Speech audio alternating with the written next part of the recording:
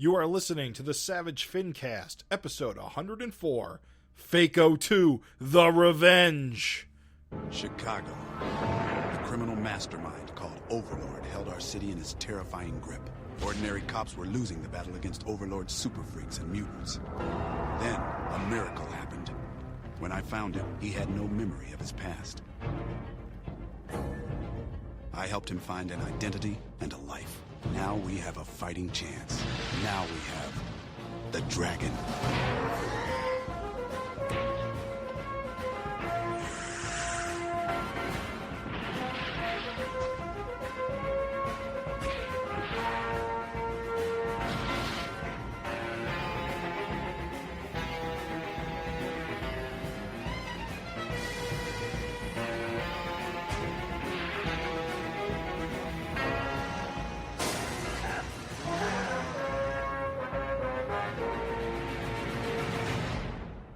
This is the Savage FINcast, the show we hold in our heart. Did this thing fall apart? My name is Jim Purcell. I am Craig Olson. I'm Raven Perez. And we are back again for another episode of the Savage FINcast, the show where we, of course, talk about the comic book Savage Dragon and its creator, Eric Larson, and everything and anything that may fall between those 2 points. Yeah, we got a real good one for you, man. This is a hot one. This is a hot FINcast tonight. Hot takes. It's going to be a hot take-a-palooza. Yeah, this is going to be an interesting one to talk about because we've got opinions, opossums. Opining. You know, I think that if there's a failing, it might be that we do enjoy Savage Dragon, all of us, but I do relish in these more controversial FINcasts where there's disagreements. How you know I'm not going to change my opinion last minute? Oh, we'll see. The beautiful thing is I am going in this just as blind as the listeners because we had some time to gestate. So, and we'll talk about that later. But yeah, man, it's going to be good. It's going to be a little good one. Craig, won't you get the news going, man, so we can get to it? News. We got very little news for...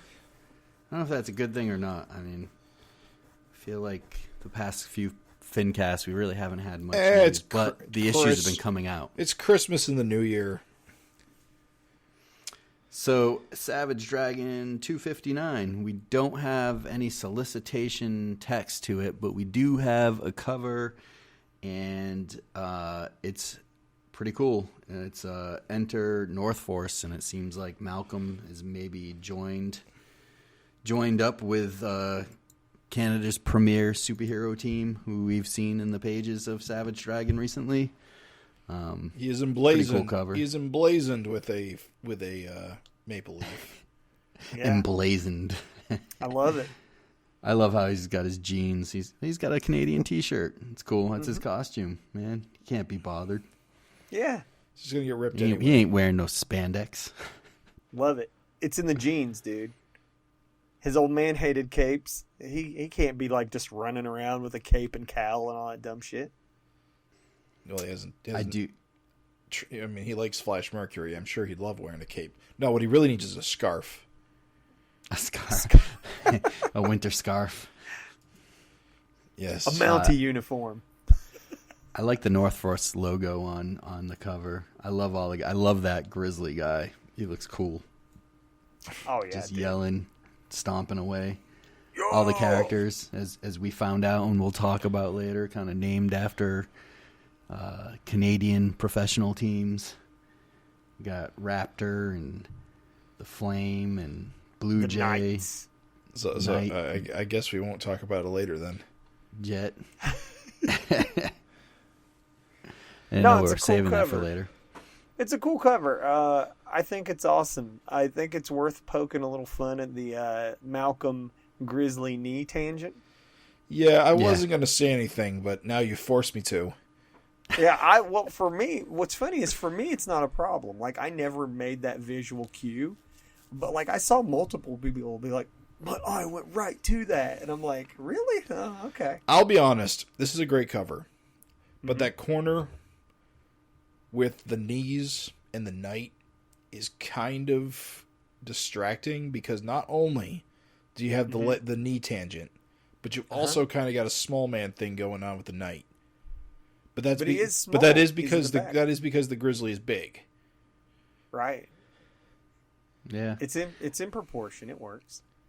Larson kind of made fun of the Canadian himself, saying he just looks like he's shuffling along. Yeah. Yeah, but he seems like a doofus anyway. It's a good cover, though. I mean, what's funny is, like, knee tangent or not, like, I love North Force. I like their look. Yeah, they definitely there's an interest. Well, actually, now that you think about it, it's got kind of a red, white, and blue thing going on. They're all pretty unique, except for the knight. I guess his green kind of just. Well, where do you see blue on all the other side? Well, I guess Blue Jay and the Jet. But... Correct. Yeah, the Jet.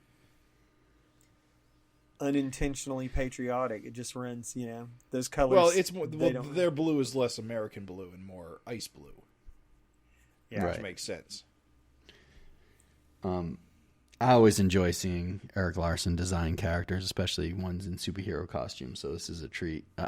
I'm less of a fan of the kind of mutants and just jeans and regular civilian clothes. So Uglies Incorporated, you mean? Yeah.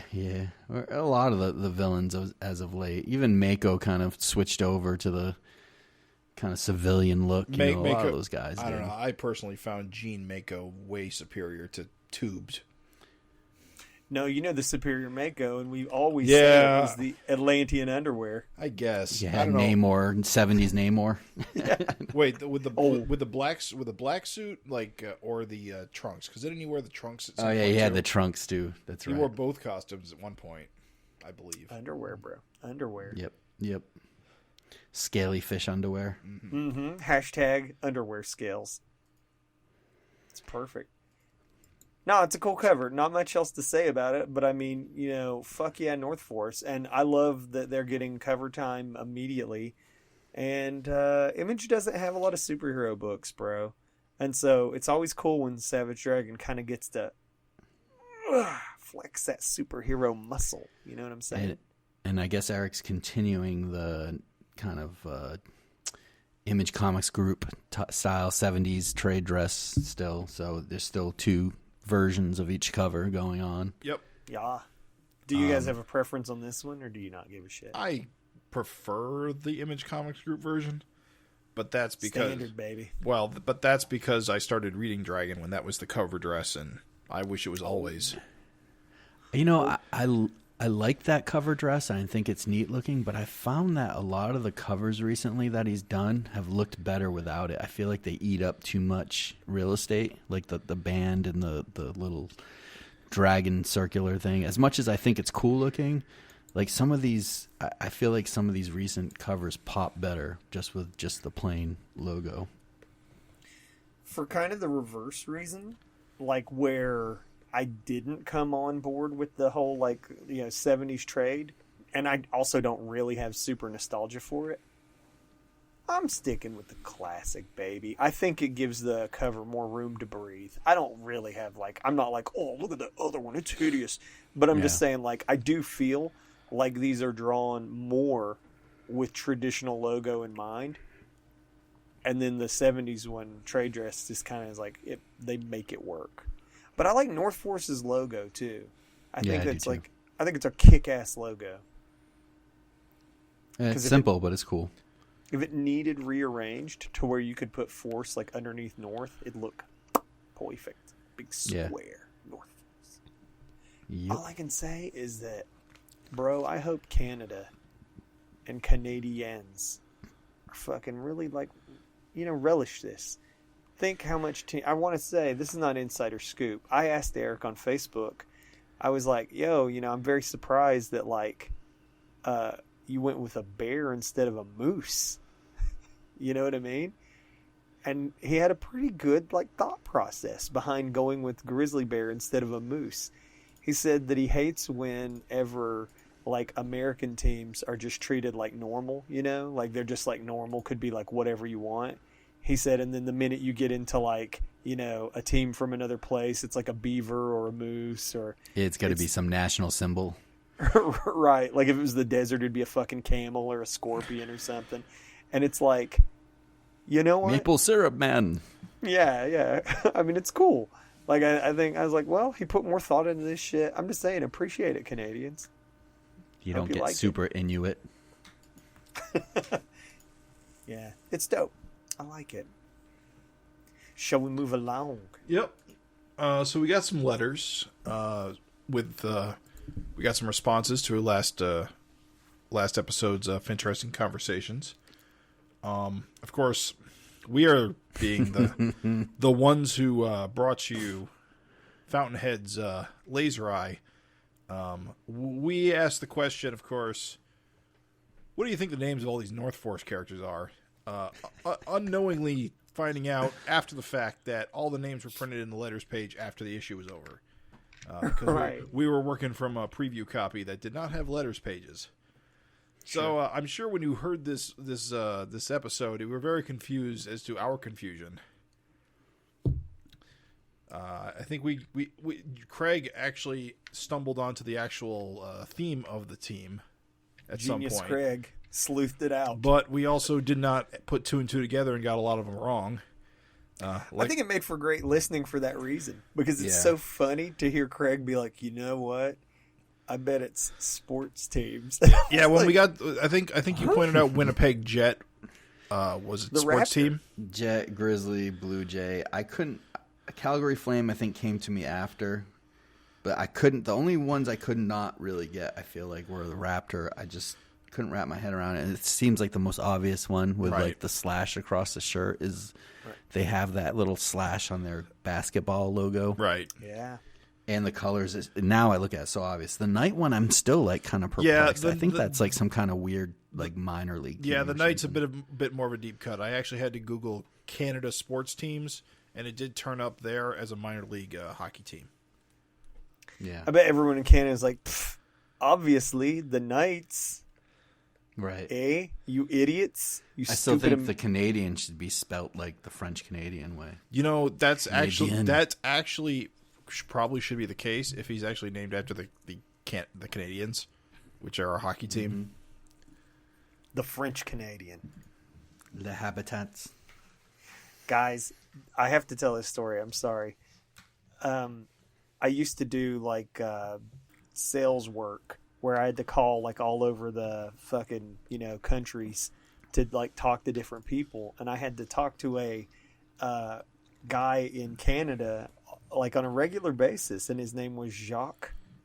And he was French Canadian, but like he was so outrageous with his like accent. Right. And I always could you felt hear like all the U's?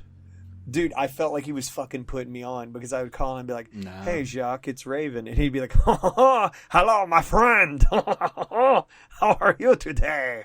I'm like, "There's no way, Jacques. There's no way, dude. There's no way that's how you sound all the time. I can't imagine you. I have terrible news." That seems like a little much, but I will say that my grandmother passed away. Like, we have good friends from Montreal, and I mean, obviously everyone speaks French there, so there is a little bit of that accent. You can definitely tell, but I love Montreal. It's a great place. Jacques. Well, as you know, there's no Canada quite like French Canada. That's it, dude.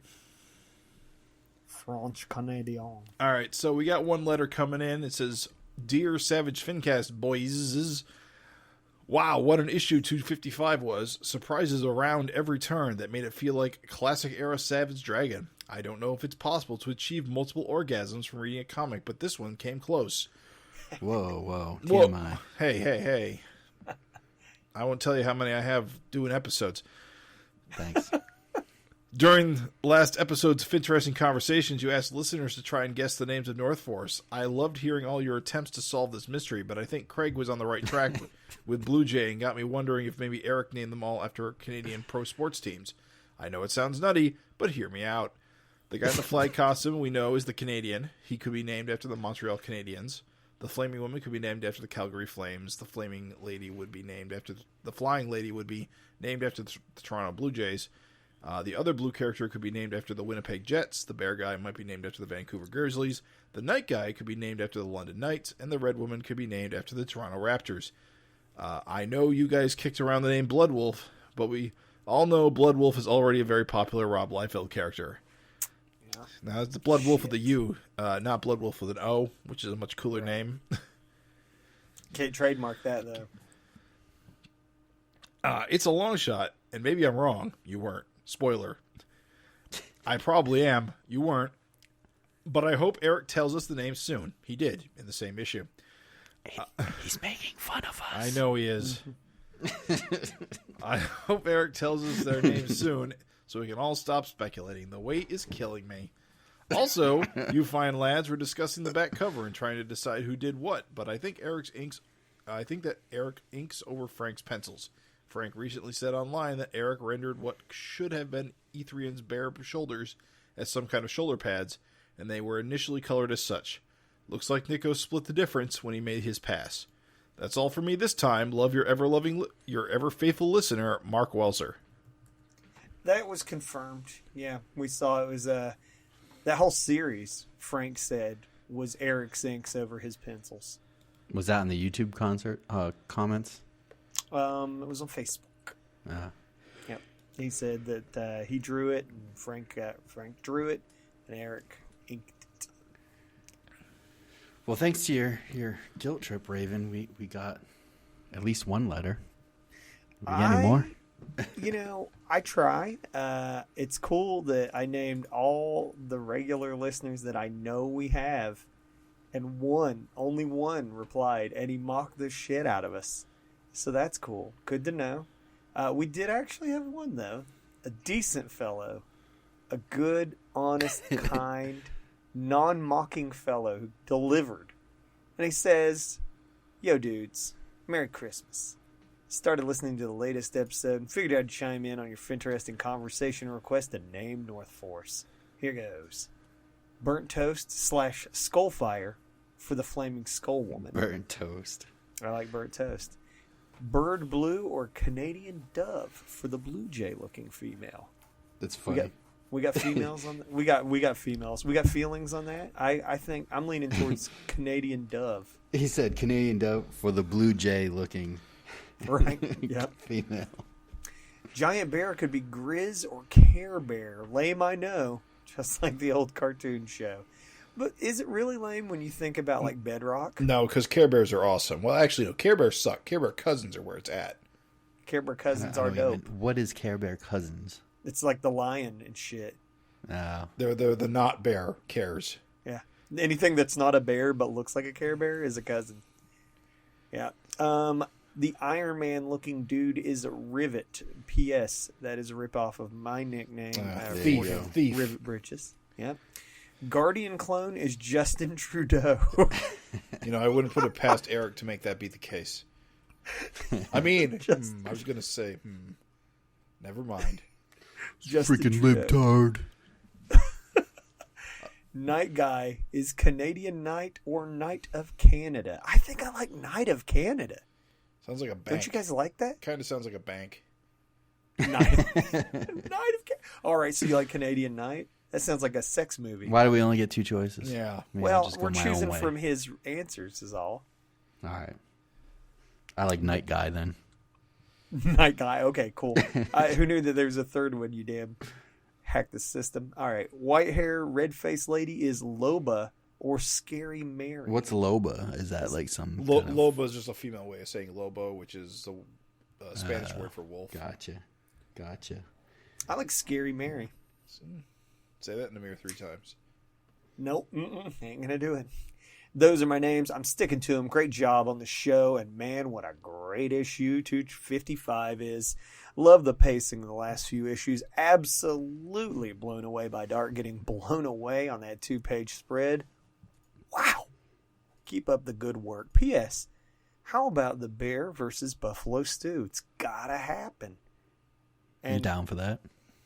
Oh, I'm 100. Listen, it's in the cards. I can't imagine that it's not happening. Or bear versus like Mauve Wolfman. Fucking book that fight. Or Walden Wang on your fight fucking pay-per-view that we've not heard of in a long time. I think we need the Jet versus the Seeker. Yes, dude. Yes. Yes, Jim. Yes, unless he is already is the seeker. Unless he is. Seeker in disguise. Walden goes, well, wait a minute, Jet. Where's the seeker? And fucking Jet just smashes himself in his own face, and he's like, oh my God, what a reveal. He just like kicks his own ass for the whole pay-per-view. Any rate, guess it didn't land. Jeez. Peace, TM. Oh, psych, one more from TM. He says, one more name I missed. Thought it was good. Lazy Susan for the Fiery Skull Woman. Gotta say, I'm really trying to dissect that one. Yeah, I don't know where that comes from. Lazy Susan, we all know, is that delightful rotating table convenience. Delightful. Yeah. So how Thank would that God apply? I don't gotta reach over. I'll just spin this little wheel. Yeah, now the shaker of this seasoning is close to me through the power of rotation. I don't get it. I don't get how Lazy Susan... Why? Why is Lazy Susan a good name? I got to throw this in here before I forget because this is a super good idea. Sorry, don't mean... Sorry, TM. Is that Tony? Probably Tony. Tony M. It is. It is Tony M. I guarantee it. I'm just curious. No, I'm not shitting on anything, dude. I'm appreciative for any... I am, because I'm a dick. I unironically... You are, dude. I unironically... At times.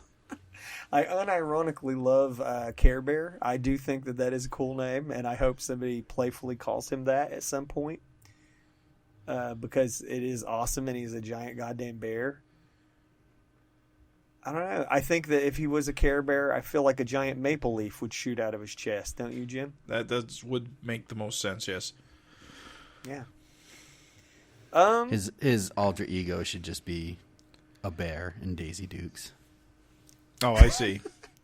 Well, question. I wanted to say this is, do you guys think... Jim just said, oh, I see. Do you guys think that these guys have sort of alter egos? Like, does Raptor become a dinosaur? Of course. What do you think? They just stay in their costumes 24/7, dude? Well, They gotta. I mean, think about it. There's guys in Dragon that are just like a fucking giant bear or a shark man all the time or whatever. That's true. Yeah, so it's not like he's going to become a werebear and just turn and he turns into a bear. I mean, but if he does, would you prefer that, or would you rather he's a bear all the time? I gotta imagine maybe the bear guy could be like that all the time in the Raptor, but I can't imagine the Blue Jay person walks around like that, or the fucking Jet guy, or the Canadian. Knight. Think of how goddamn pasty he is. Can you imagine how unreal just seeing someone that pasty in real life would be? They were a superhero. Well, What's the story behind that? Why is he so pasty? All right, so that's why I'm sure he's Justin Trudeau, because he's in whiteface. I knew that was the joke you were making. I knew it. This is the Savage FINcast, is what this is. I knew you were making a whiteface joke. I knew it. Oh, Trudeau. What a tangled web we weave when first we practice to racistly Halloween. That's I believe that's how it goes. Yes, that is. Thank you, Tony. Thank you, Mark, for writing in. If any of the people that I named last time would like to make our sad little lives more complete, you know who you are. You're driving to work. You're running on the treadmill. Be a sweetie. Shoot us an email. We would appreciate it. With your FINteresting conversation, because our man Craig came up with a fucking real cherry of a FINteresting conversation, and if you don't respond to it, I wouldn't go that far, but you should still respond to it. You should respond to it because it's a fucking cherry. And also, if you don't respond and to not it, mock us. Yeah, don't mock us, Mark. Don't read Gods of Brutality. Whatever you do, just fucking don't, man. Anyway, Craig, how about you bring us home with that sweet, FINteresting conversation? FINteresting Conversations. So this is the segment where we come up with a topic that we talk briefly about and throw a little question out there, and then we ask you, the listener, to chime in with your own response. And if you don't like our FINteresting conversation, we ask that you provide your own, and we will respond to it as well. Yep. So our FINteresting conversation for this episode is kind of simple, but I think it's a good one based on this issue. My simple question is this. Who, in your opinion, is the greatest villain in the Savage Dragon comic book of all time? Whether past, present, whatever. Like, who is your number one greatest villain? And I'll leave it open to interpretation of what it means. It could be a favorite villain. It could be who that was my question. Powerful or whatever. That was my question. I don't care. Go ahead. Most effective villains or favorite villains? Because that's two. Your interpretation. I think it's just who's the greatest villain and why do you think they're the greatest? So I'll leave it up to how you want to interpret it. Yeah, that's subjective. Why they're the greatest. Yeah, and I like it. Keep it open. So who wants to shoot first? Well, this is. I nominate Jim. All right. Well, this is. Well, I could talk about this forever, but this is a little bit tricky for me because what constitutes a great villain? To you, well, what constitutes a great villain? But it's tough because a lot of my favorite villains are no longer villains. Or I prefer them not being villains. Like, for example, I'm a big fan of Mako. But I like Mako more when he was like an anti-hero, not so much the villain Mako. Mm-hmm. Mm-hmm. When he was moderately reformed under the influence of Dart just before he killed her. Mm-hmm. As a villain, I don't really... Mako's cool, but he's not the greatest. You like Island Pervert Mako. Kinda. It's more like... I prefer Mako when he's got a fucking jetpack on and flying through Dimension X. Like a fucking hero, Mako. Fuck yeah. Yeah. But, like, Neutron Bob is one of my favorite characters in Savage Dragon. He's not really he's not really a villain, though, anymore. Right. Again, another kind of anti-hero / reformed hero. Of course, we don't really know what his current status is. It's been a long time since we saw him. And I always find, like, Dark Lord and Overlord kind of boring. Mm-hmm. I mean, well, if it helps you personally... I mean, ultimately, it's got to come down to Dart. Allison is probably my favorite villain because she does the most and is cool doing it. And she's generally an interesting character. Rip. Mm-hmm. Yeah, I'm gonna have to go. Be seen. I'm gonna have to go with Dart. Allison. That's a good choice. My favorite / greatest Savage Dragon villain. Okay, Raven, you're up.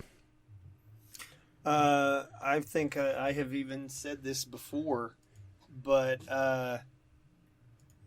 my favorite villain of all time, the greatest to me, was the fucking evil string in Abner Cadaver.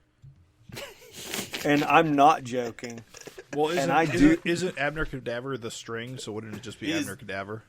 Yeah, he's the string. But like, here's the thing, though. I have to specify that it's the evil string because here's why that's so goddamn great to me. Right? It's like Abner Cadaver was the fucking foe of Fonte. Right. Just let that fucking cook your noodle. One of the most powerful magical characters ever to appear in Savage Dragon. He fucking merged Paul, he merged Dragon, like the fucking, this is like a wicked ass fucking like villain, like just he's badass. Been fighting Fonte forever. Yeah, like immortal enemies. Locked in right? battle. And the whole time you're just thinking that it's this zombie is who Abner Cadaver is, and no, plot twist, it's the fucking string that is holding the zombies' bits together. And what was so cool about that to me is it was a reveal, which I love, like when it's like, I love any kind of like twist. If you can goof me up and confuse me and be like, oh, then I'm going to love it. And so Abner Cadaver was a cool twist, but on top of that, I thought it was just a cool, like little sort of obviously like it was, to me, I felt like it was a good little play on the Wicked Worm, kind of like that whole Mr. Mind, where Mr. Mind's just, oh, he's so evil, but he's just a dumb little worm. But it was two dichotomies because his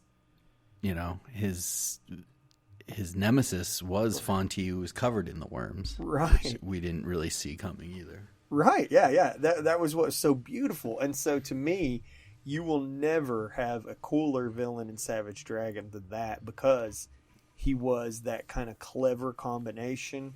and like he enslaved his greatest foe, and like it's just so cool. And I love him, and I think there have been, if you want to talk about effectiveness, yes, Dart is just a goddamn legendary kick-ass killer villain. She killed Santa Claus, she killed the Easter Bunny, whatever else.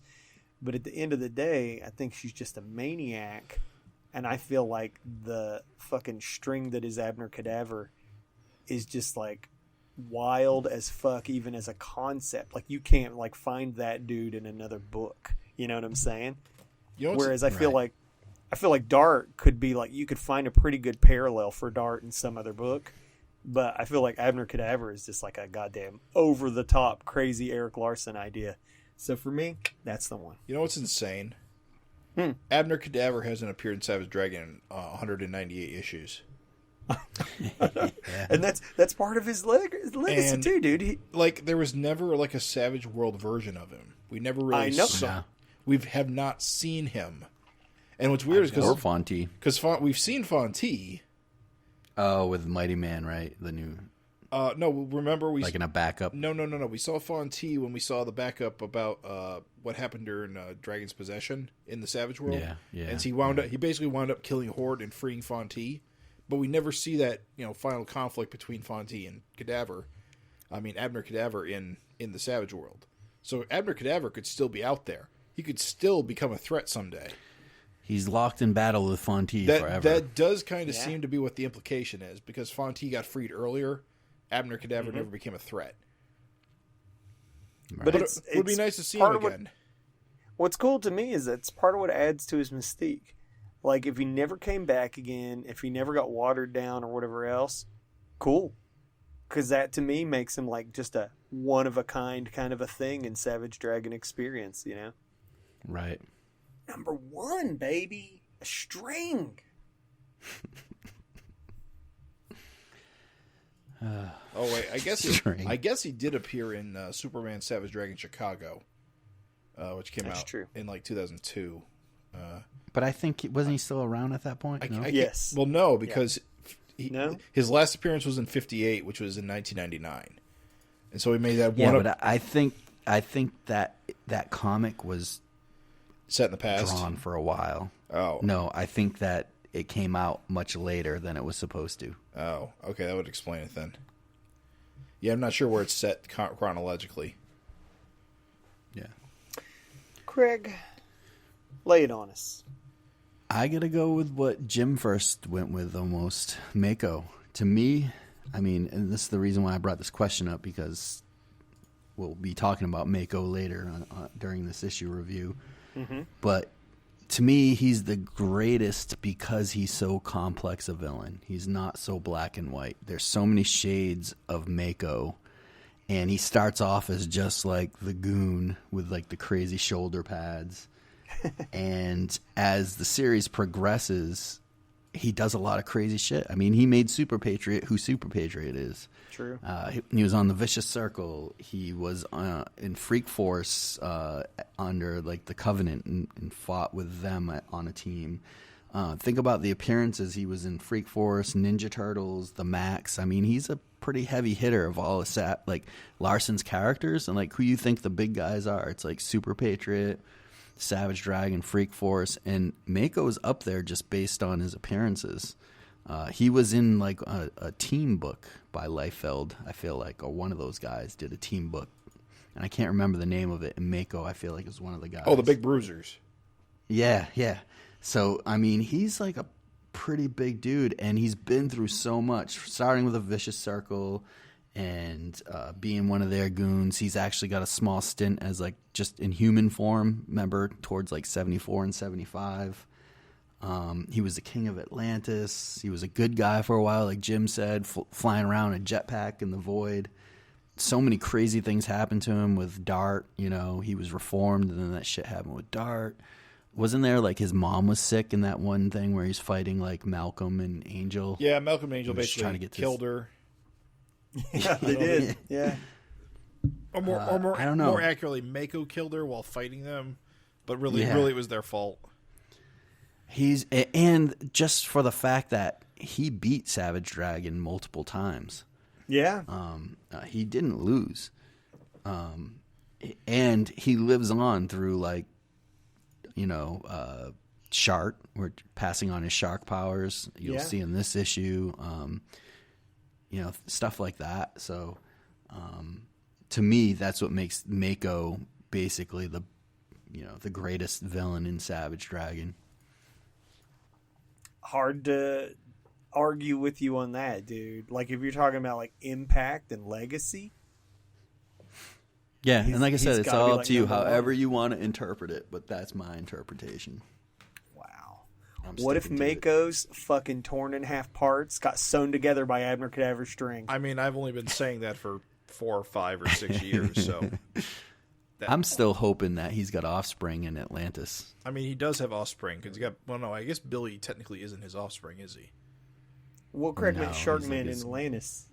Grandson? No, I don't know what he is. He's not really. No, he's just Dart's baby. Not. Yeah, he's just Shark Dart's baby. Yeah. But he was the king of Atlantis, so you got to figure he's got some, like, harem or something. Are you trying to sell me? You mean it's good to be the king? No, you see. What's that? In Atlantis, you have to lay your eggs, and then you have to, like, jerk off over them. Jesus. It's just how it works, man. Fish intercourse. It's way less hot than you'd think, right? Maybe he's got, like, kids with Maneater or something, or whatever. What's her name? Was it Maneater? Yes. With Gator and Maneater? Maneater, yeah. Anyway. That's a good choice, for sure. So... yeah, let us know your greatest villain, listeners, and argue it out. Don't just say, I definitely like, Raging Woody. You got to tell us why. Why is Raging Woody the best? Is it not why is not Furious George better? I want to know. And so you got to tell us your choice, and you got to sort of like, tell us why, and we'll read it on the FINcast. And I'm excited actually to hear what people think. Cool. Greg, tell them where they can send that. You can send your responses or your new topic to us at savagefincast@gmail.com, and we will read your missive on our next podcast. So don't forget, savagefincast@gmail.com. Thank you very much. Gentlemen, who's hungry for some meat and potatoes? I need that big slab of meat and lots of starch. Like $5 steak night at Denny's. Listen, $2.56. It's going to be a contentious issue. If you're the kind of listener with delicate sensibilities, you might want to, buckle up. It's going to be a goddamn ride because there's some passion involved here. Yeah, word on the street says I got a couple of hot potatoes here in the mix, ready to mash it up with their opinions on Jaws of Death. It didn't quite land with them how they thought it'd land, and I'd love to know why. So let's start with the cover, as we always do. But that's impossible. You're dead! This is gotta be like one of the top classic covers. In a series with fucking great covers. Is this not fucking one of the greats? How do you not pick this up off the stand if you're not a regular reader? As you're walking down the aisle, how you're looking at like lame brain pinups with no word balloons. Boom. That's true. Word balloons on covers do improve everything. They draw you right in.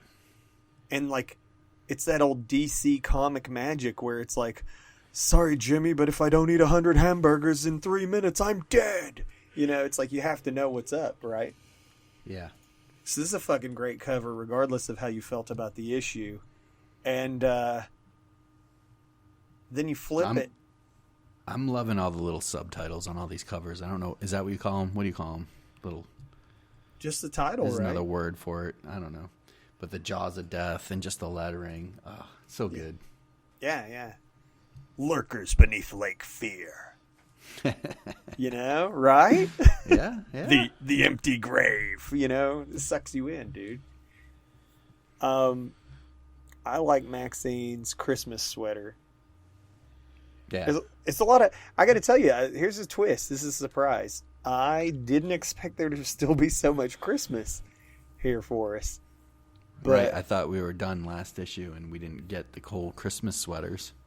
Yeah, breaking with the real time hard rule, fast and loose. We get basically like what, like almost you'd say like the next day-ish kind of thing going on here. I wouldn't say it was the next day. I mean, all we saw was a Christmas tree last issue, and that could have been in November for all we know.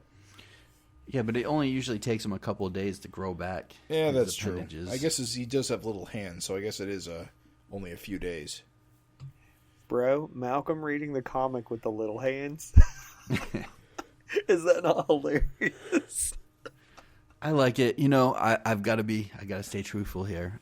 I'm not the biggest fan of the meta comic gag type thing. It doesn't go for me. I love it, but I'm also confused by it because, all right, so you know how we get those scenes where Dragon or Malcolm or both are talking to their creative team, and they have all these, right. and they all have these meta commentary complaints about how comics are made.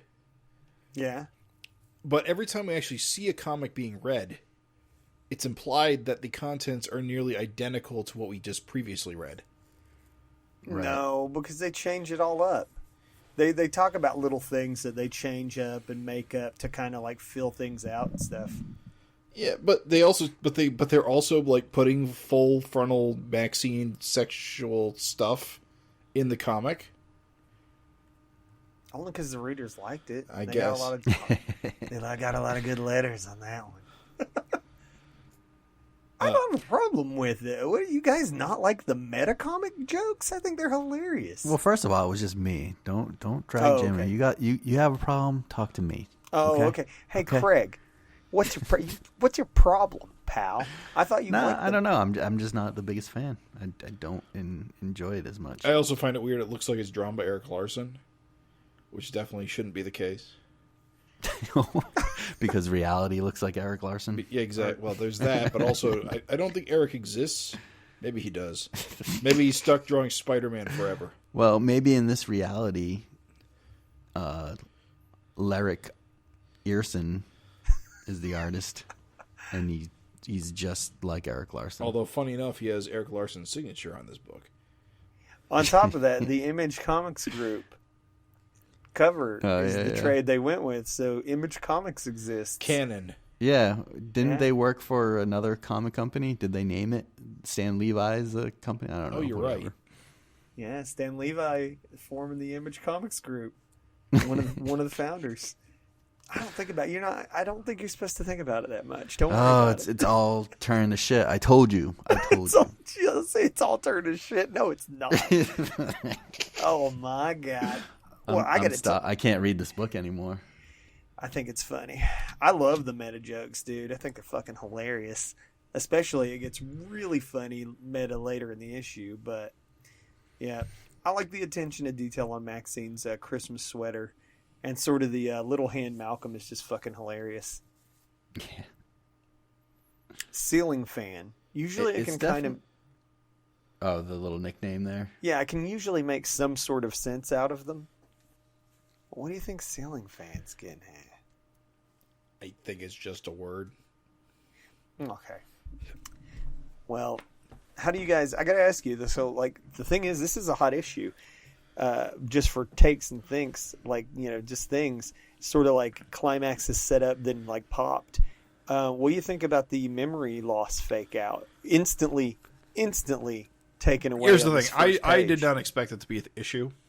I didn't either. Because Dragon and Malcolm, well, I don't know about Malcolm, but Dragon's taken headshots before. The only reason Dragon lost his memory and Kurt came out was because he got his brain eaten by virus.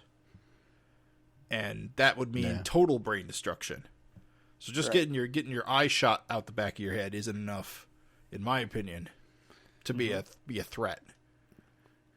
He had a giant hole in his head, though. Yeah, but he still had most of his, half of his brain. Yeah, plenty to repair. Think how good though that a chosen one's healing power is. That it can grow the goddamn wrinkles back in your brain. Think about that though. Isn't that crazy to think about? I don't want to think about it.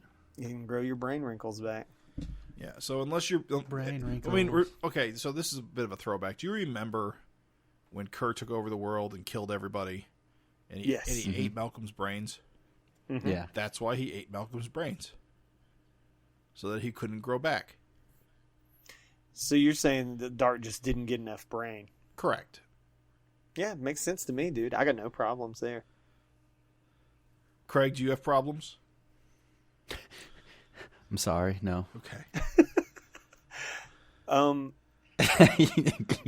What do you guys think about this next page with the Belko emergency? I was gonna say it's a complete copy of the panel from the previous issue. I don't know if you guys noticed that. Yeah, that's definitely the same. At least the same image of Mako in the tank. But And the panel layouts. oh, the layout's the same too. That makes sense. Yep. I am not thrilled about this blood thing. Listen, I cannot wait. Please put it out there, dude. I'm going to say it once and for all.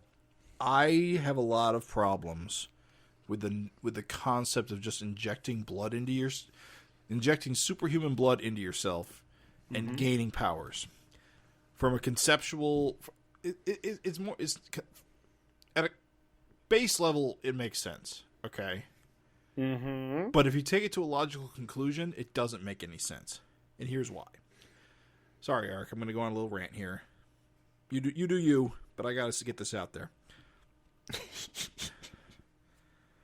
It makes sense to me that injecting yourself with Chosen One blood has effects, because Chosen One blood is super potent regenerative abilities. And the fact that it has the downside of making you explode because your body can't handle it, totally fine. Totally completely understandable from a comic book standpoint. So that was introduced all the way back in the early days. I forget what the guy's name was who wanted a cure for his AIDS and it went bad. We know the guy, though. And it was a Chester. yeah. God damn, you're a mutant. Wait, was it Chester? I thought Chester was the cab It is driver. Chester. Anyway, it doesn't matter. Point is, that was established a long time ago, so, the fact that it eventually came back, especially with the curse stuff, it made sense. I could accept that. Mm-hmm. Finding out that you can just take Angel's blood, store it, wipe her powers away, inject her with it, and just give her powers back, that was kind of the tipping point for me going, wait a minute. Why is this a thing? Why is this how things work in this world? Because think about it. So far, I mean, maybe it's a little more limited than how it appears, but because it keeps coming up. Because here are the things. There's a little wise guy blood, which again, being an immortality serum, kind of makes sense that it might be blood related because it's regenerative. There's a regenerative element to it. So I can believe the little wise guy blood thing as well as the Chosen One thing. But when it goes to Angel being able to get her powers back with her own blood, and now we see a guy inject himself with Mako's blood, and of course we saw Dart previously gain Mako powers because her blood and Mako's blood mingled. Now there's like a whole bunch of logic problems that suddenly crop up in my head, because this seems to be common. This seems to be how powers work in the Savage Dragon universe. And if that's the case, why aren't supervillains like swapping each other's blood to like make combo powers with each other's powers? Why aren't regular people buying superhuman blood to make themselves superhuman? Why isn't a bunch of things happening that would make sense if it was this easy? How do you know that those things aren't happening? Didn't they try, like, with Dragon's blood? They did kind of go down that route. But that's what I'm Yeah, saying. the It Dragon makes- Wars, that was the whole It thing. makes sense to me that Chosen One blood does this. It doesn't make sense to me that everybody else's blood does this. I don't think it does. I think Mako's a little different in a way. Most of those guys, a lot of those guys got their powers through the Creator or something like that. Like, Mako is radioactive powers, But right? that doesn't explain Angel. We've seen Angel lose her powers and get them back. Well, here's the thing, though. I mean, I'm sorry, but it's not every single character in the book doing this with their blood. So that's number one. And number two, if you can buy that Chosen One's blood might do it, then surely there must be other creatures in the universe whose blood can, like, But again, assist. Chosen One blood has regenerative properties. So Mako's blood was He's a fucking shark, man. Sharks are like the perfect organism on Earth. They were not changed for hundreds of years. All right. I'll give you Mako. But because we've also seen it done with other characters, in particular Angel, whose powers do not have perfect, genetics or regenerative capabilities. Arguably, though, think about Angel, though. Like, isn't she, like, human perfection? Like, Smasher was beating the shit out of Dragon and stuff. Like, come on, man. I just don't think it's far a stretch. But if she has no powers and they inject her with her own blood and she gets her powers back, why can't she, like, inject Maxine with her blood and give Maxine her powers? Well, because it's Angel's own blood. It's her own physiology. I'm just saying, like it's why an organ. It raises a ton of questions about superpowers in this world when it becomes such a common thing. We see it constantly as if it's a known property, even though that may not be the case. It's being presented as such. It's not constantly, though. It's really rare. Like It's Angel Mako. It's not really rare, though, because, again, we've seen it with Dragon. We've seen it with the Little Wise Guys. We've seen it with Mako. We've seen it with Angel. That's a lot of characters. And that's four. And honestly, most of this has happened post-Malcolm taking over the book. Angel, Malcolm, Little Wise Guys, Dragon. That's like 4 characters out of this whole huge book. I mean, it's not like Thor is injecting Thor blood into people and they're becoming Thor. Right.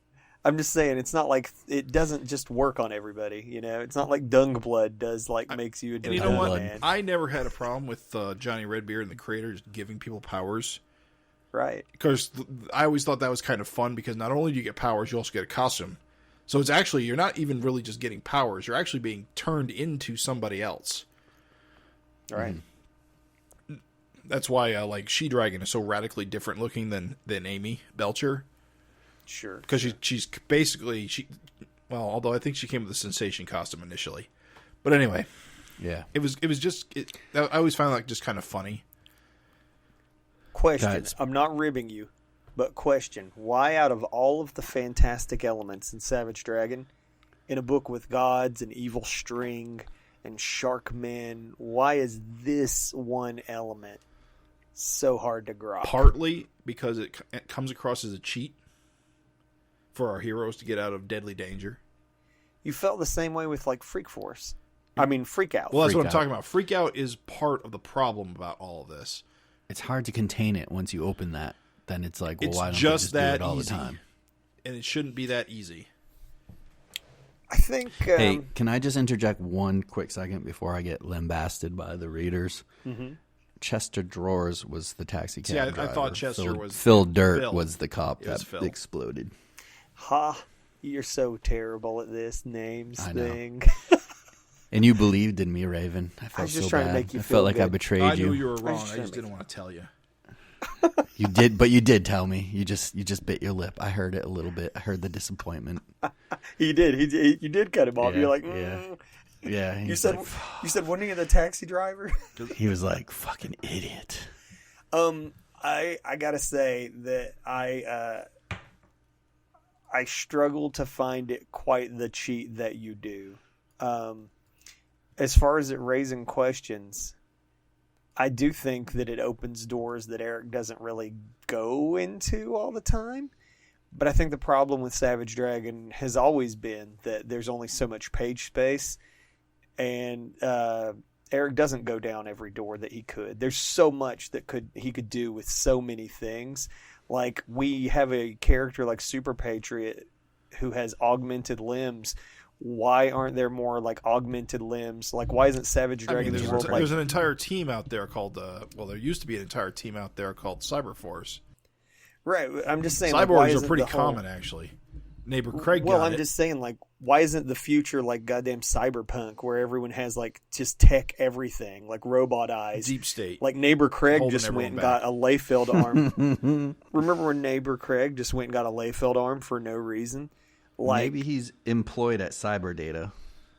Well, I'm just saying, and he gets a discount. Okay, it's one of those things where I think that you, honest to goodness, can't sweat it that hard. Is all.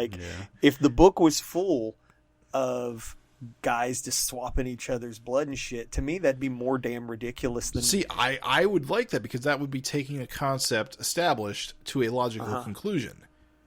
And maybe it causes death. Maybe it's a risk, and that's why it's not done. But you could show that. People who are desperate. I mean, there's a story there. I How see do you know it. the story's not happened yet? It could. I see what Jim's like. It annoys me more the freak out stuff because I feel like that's such an easy way out. Someone gets hurt or something. It seemed like he was going towards that like quick fix too much.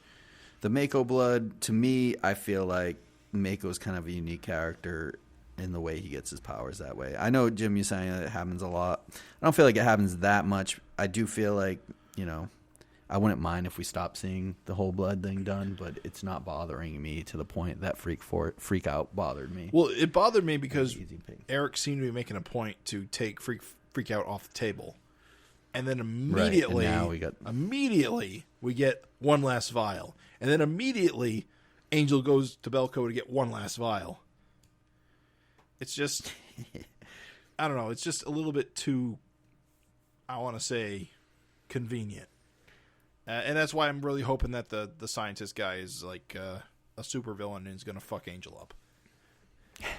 Can we talk about this janitor guy and how I feel like we made the comment last issue where like, haha, look at this janitor, I don't trust him. Well, no, it wasn't the janitor. It was this right here in the middle panel. It was that scientist I don't trust. No, this is the janitor. No, but I said, look at that sneaky janitor. Oh, yeah. Oh, I'll have to go back and look at that. There's a panel where the janitor's got his face mask on. It's just kind of in the foreground. Look at that guy. What's he up to? Yeah, like that guy. What's he doing? Bro, I am fucking flipped out that it was... I guess we can talk about it now. Well, no, let's save for the reveal when they get to the page. But basically Mako's blood's been stolen. That's a great catch, Craig. It up. This janitor is shooting it up.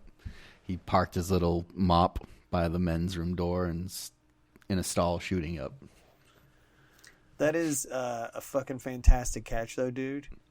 Because I totally forgot that we were like, look at the janitor. I totally forgot that we did that, dude. That's hilarious. Because, again, it'll be extra funny when we get to the reveal.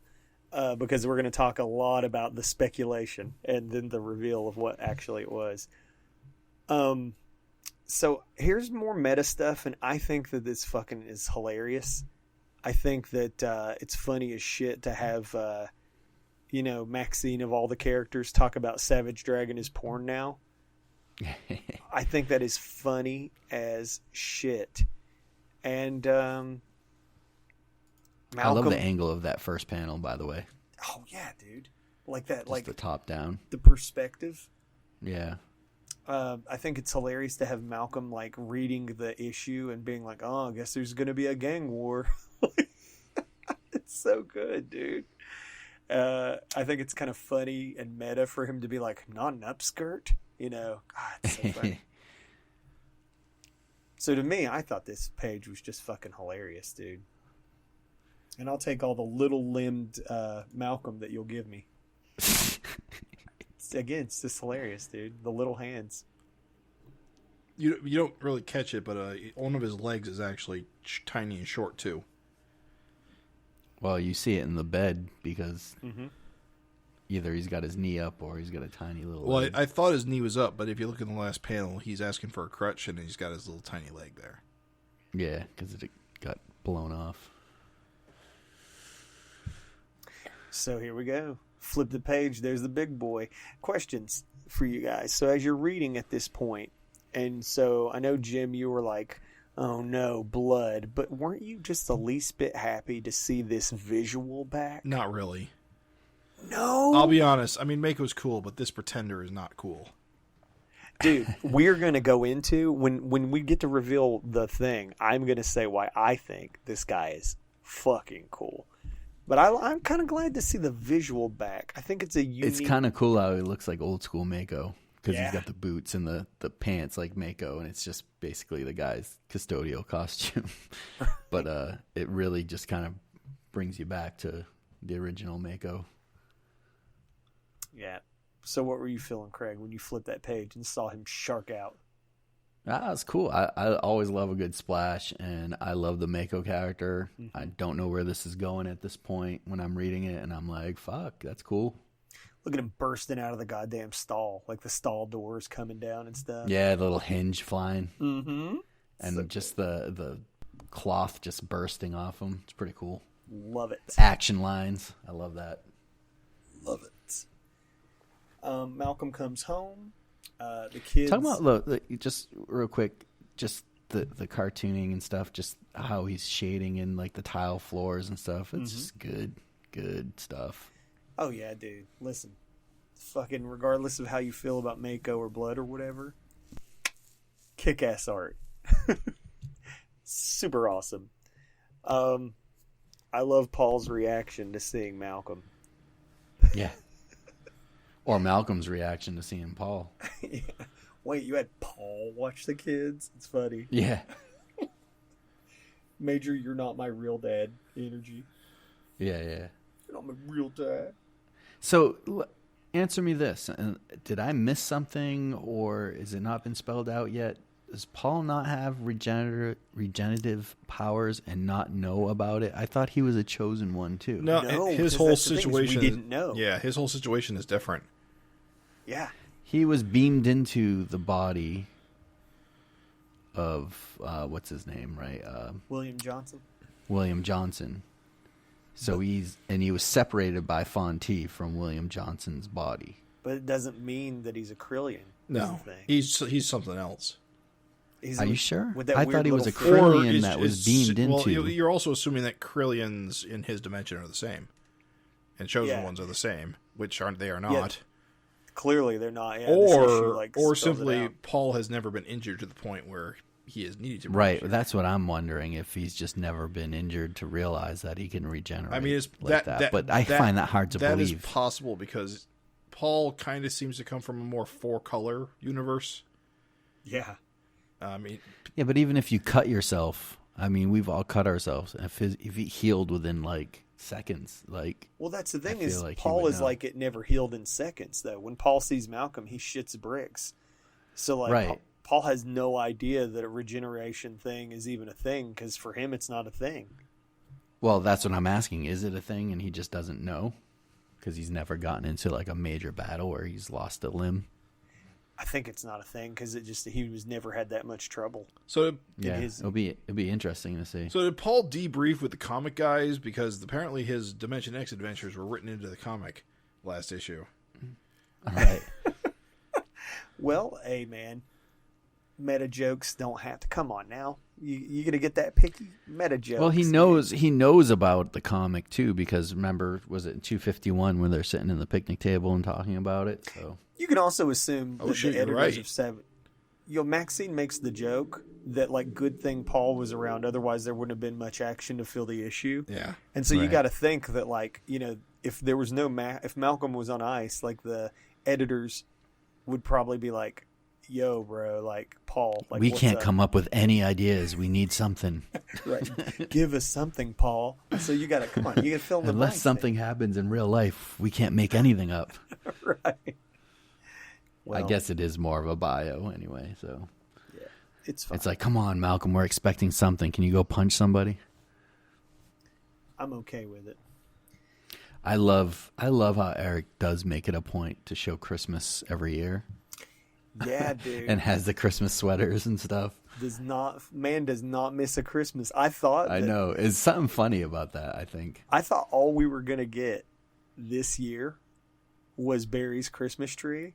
How wrong I was. A whole Christmas issue, dude. Right.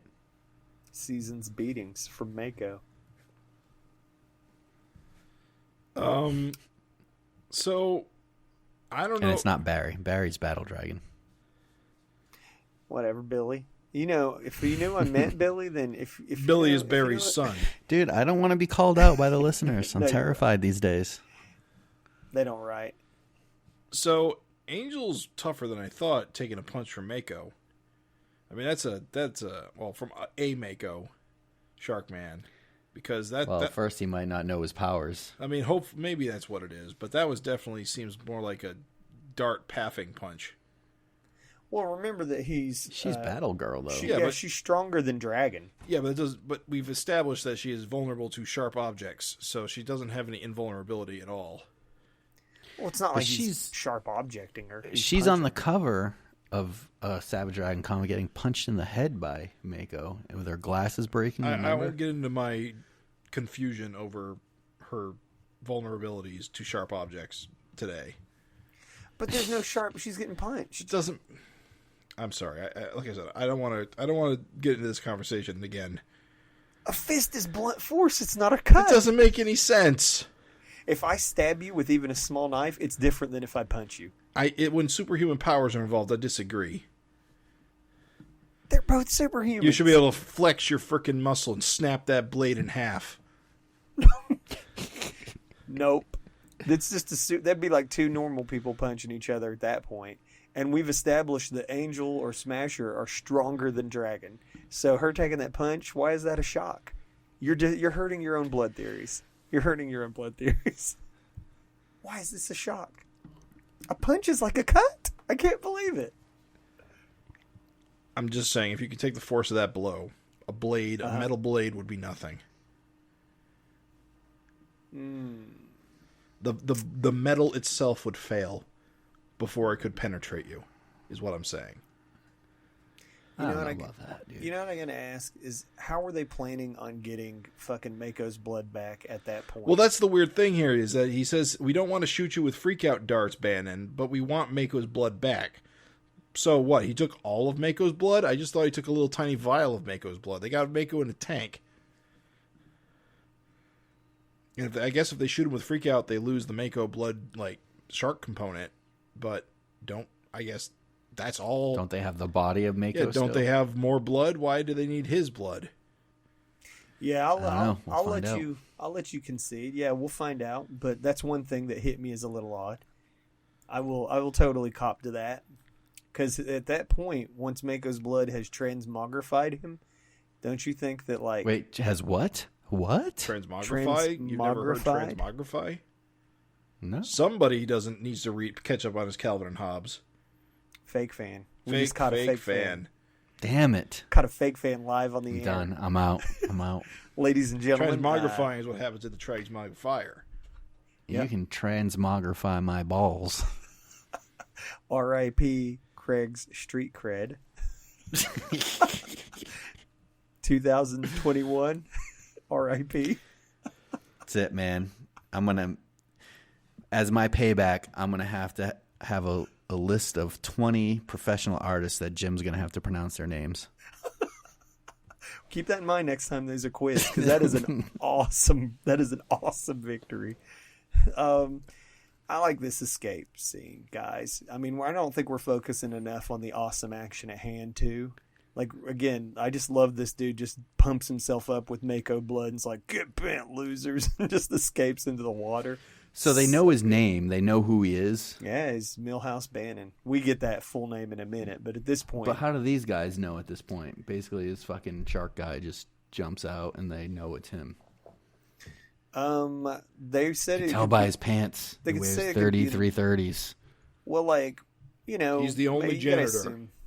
You gotta assume... Excuse me, janitor. Yes, scientist. You gotta assume that they were running security protocols and shit. I mean, it's Belco. Yeah, they're quick. Yeah, dude, it's Mako's blood. It's precious. He was in that lab for a while for, Angel to catch up with him. I'm just being a dick. All right, let's go. Speed lines are cool.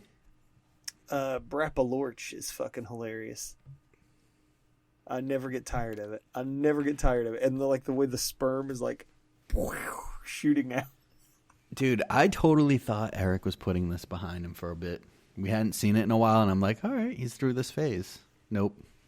It's funny. I did not think that at all.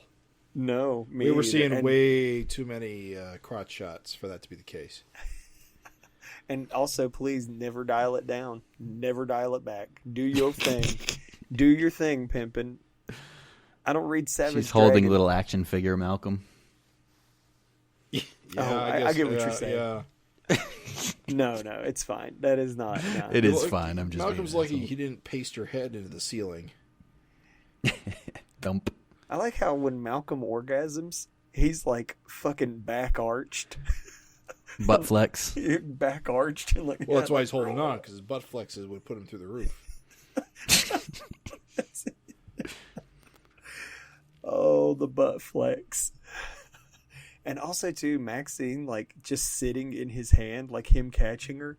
Dude, that panel is so fucking funny. the way her arms are. Yeah, Maxine looks way better with long hair. Like that last panel. Yeah. She doesn't look like some underage girl everyone complains about.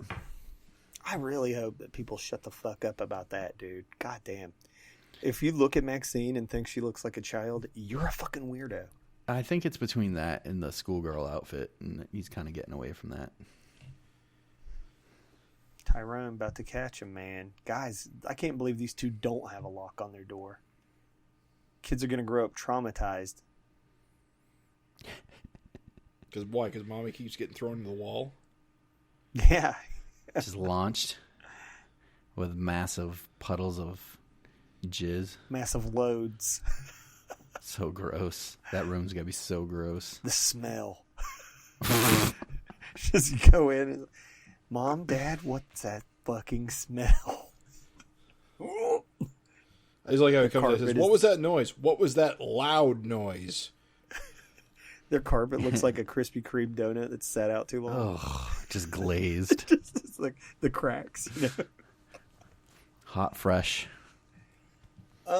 Can I tell you guys the biggest shocker of the next page wasn't fucking Millhouse. Dick Tasty? It was Dick Tasty. What the fuck? Didn't he brain Frank and he's just sitting there? Well, yeah, that's how it works. Yeah. Is that how it works? Yeah. You shut your mouth. Corrupt You're- cops You get away won't have a with it. job. Your CO fucking pistol whips the brains out of you and then you're just fucking walking around work. Hey, Dick. Hey, Frank. Well, that's the thing. I guess Frank is still a cop. I actually didn't think that was the case. Yeah. I'm just saying, goddamn. Like, how can they get along? So, what do you guys think? It is time to talk about it.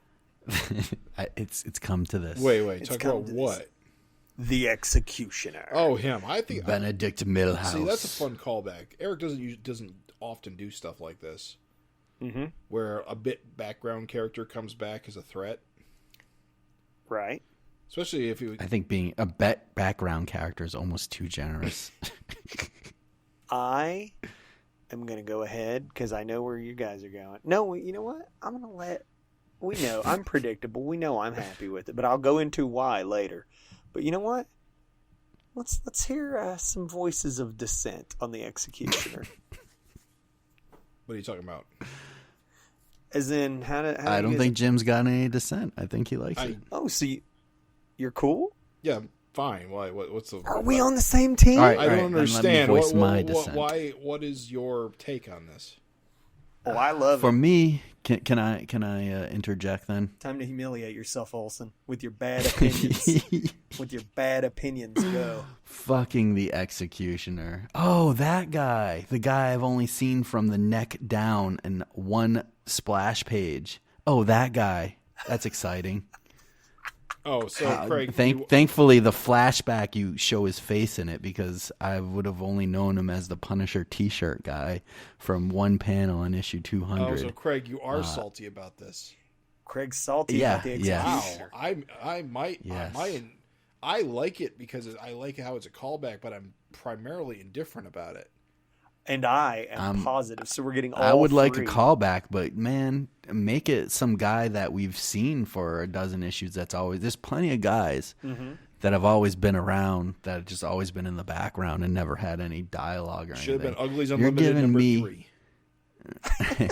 You're giving me a guy who all I've seen is his t-shirt. Like if you look at that panel with that flashback panel or whatever that is, the picture. Mm-hmm. Is that what is it? It's a computer screen, yeah. She's like, recognize him, and it's a computer screen. The actual issue 200 doesn't even show his face. It's just his shirt. I mean, the play on the name is funny, the Executioner versus the Punisher. Right. I didn't know that. Good job. I get what's going on here, but I just think, man, this could have been set up a lot better. Like, it would have been so much more impactful if it was a vicious circle goon that had a little bit of a background. So much more impactful to me. So I did want to throw give this me out any here. one of those guys that don't get enough attention, and they could have played this role. So I did want to throw this out here, and again, this is not me saying my view yet. Question, out of the, I know you just said that you would rather that it was a VC guy that just give him a chance to be more fleshed out. But did you feel in any way, like, did you wish that it was any of those like random dudes that we guessed, like, Basilisk's cock, or no? Did we guess that? I did. We guessed a lot of different. We had, just for the listener, didn't we have like Dart? As for who because the thing so on the basically cover, I would have wished almost anything other than this kind of no-name guy. I felt like would have been a better story. I feel like there's nothing. Didn't want it to be Mako at all. Uh-huh. I wanted it to be something more interesting than Mako. Mm-hmm. The fact that it's a phony Mako is actually worse, in my opinion. Worse, like the fact that he's the Executioner is irrelevant. The fact that he's not Mako is worse. Worse bad, or worse like is a worse Mako? It's like just what? not cool or fun, or it's just some rando. I can't wait to say my stuff.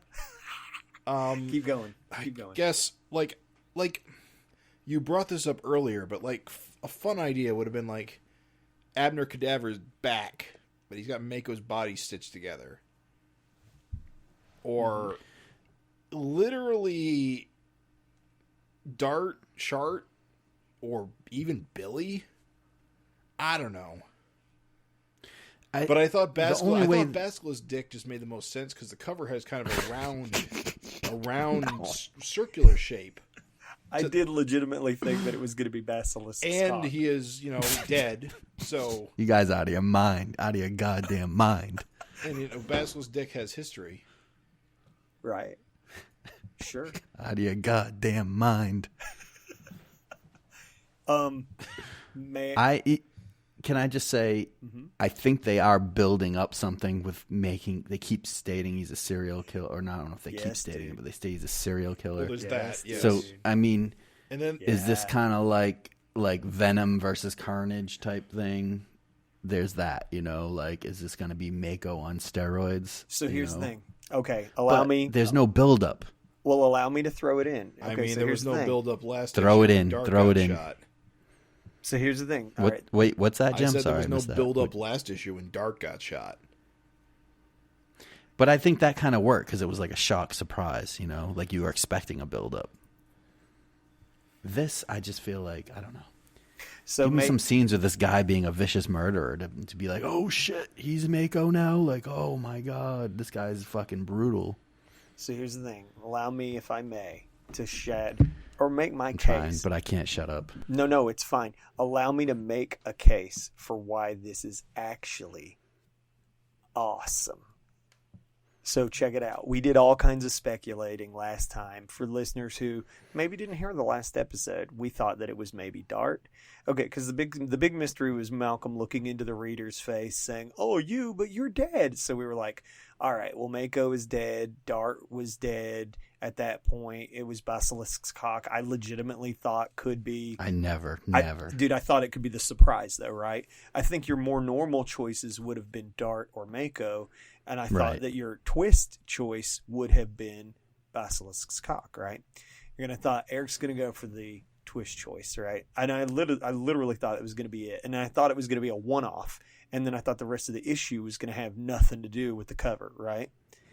Mm-hmm. All right. So for me, when I realize that what we have here is we have the setup for a potentially it's cool because he is a returning visual, but he's not really. I mean, a returning visual is Mako, is what I'm saying. So yeah, he's okay. So yeah, he's Gotcha. a returning visual, and I like the visual of Mako. In Savage Dragon with Death, I know that like we're like, oh, it always moves forward, but in reality, you have some returning visuals. You have like Dart, and coming back, and you have like the visual return of like here's a character who's like dressing like this character or whatever else, and so it's like, okay, this is the visual of Mako returning. I'm actually happy that Mako didn't come back because I don't like seeing dead characters come back. It's basically like Paul Dragon. Well, the thing is yeah, it's like a returning visual without having to actually move the book like backwards. So what's cool about the Executioner to me is that you get to have your cake and eat it too. Here's Mako's visual returning. However, what I think is neat about this is a guy where he has room now. Well, again, we'll see if he delivers. Eric doesn't do anything with it in this issue, so it could totally suck. Nothing might be done with it, who knows? But where he has a chance to do something really cool and interesting is this guy, when they call him a serial killer, bro, we've all watched serial killer documentaries. There's some of the most depraved sociopaths in the fucking world. They do weird, sick shit. They feel no emotions. They don't have like the ability like you and me to have empathy. They just don't understand. And I'm just saying, like, we've seen what a good psycho he wrote with Dart. Like, Dart was a psycho.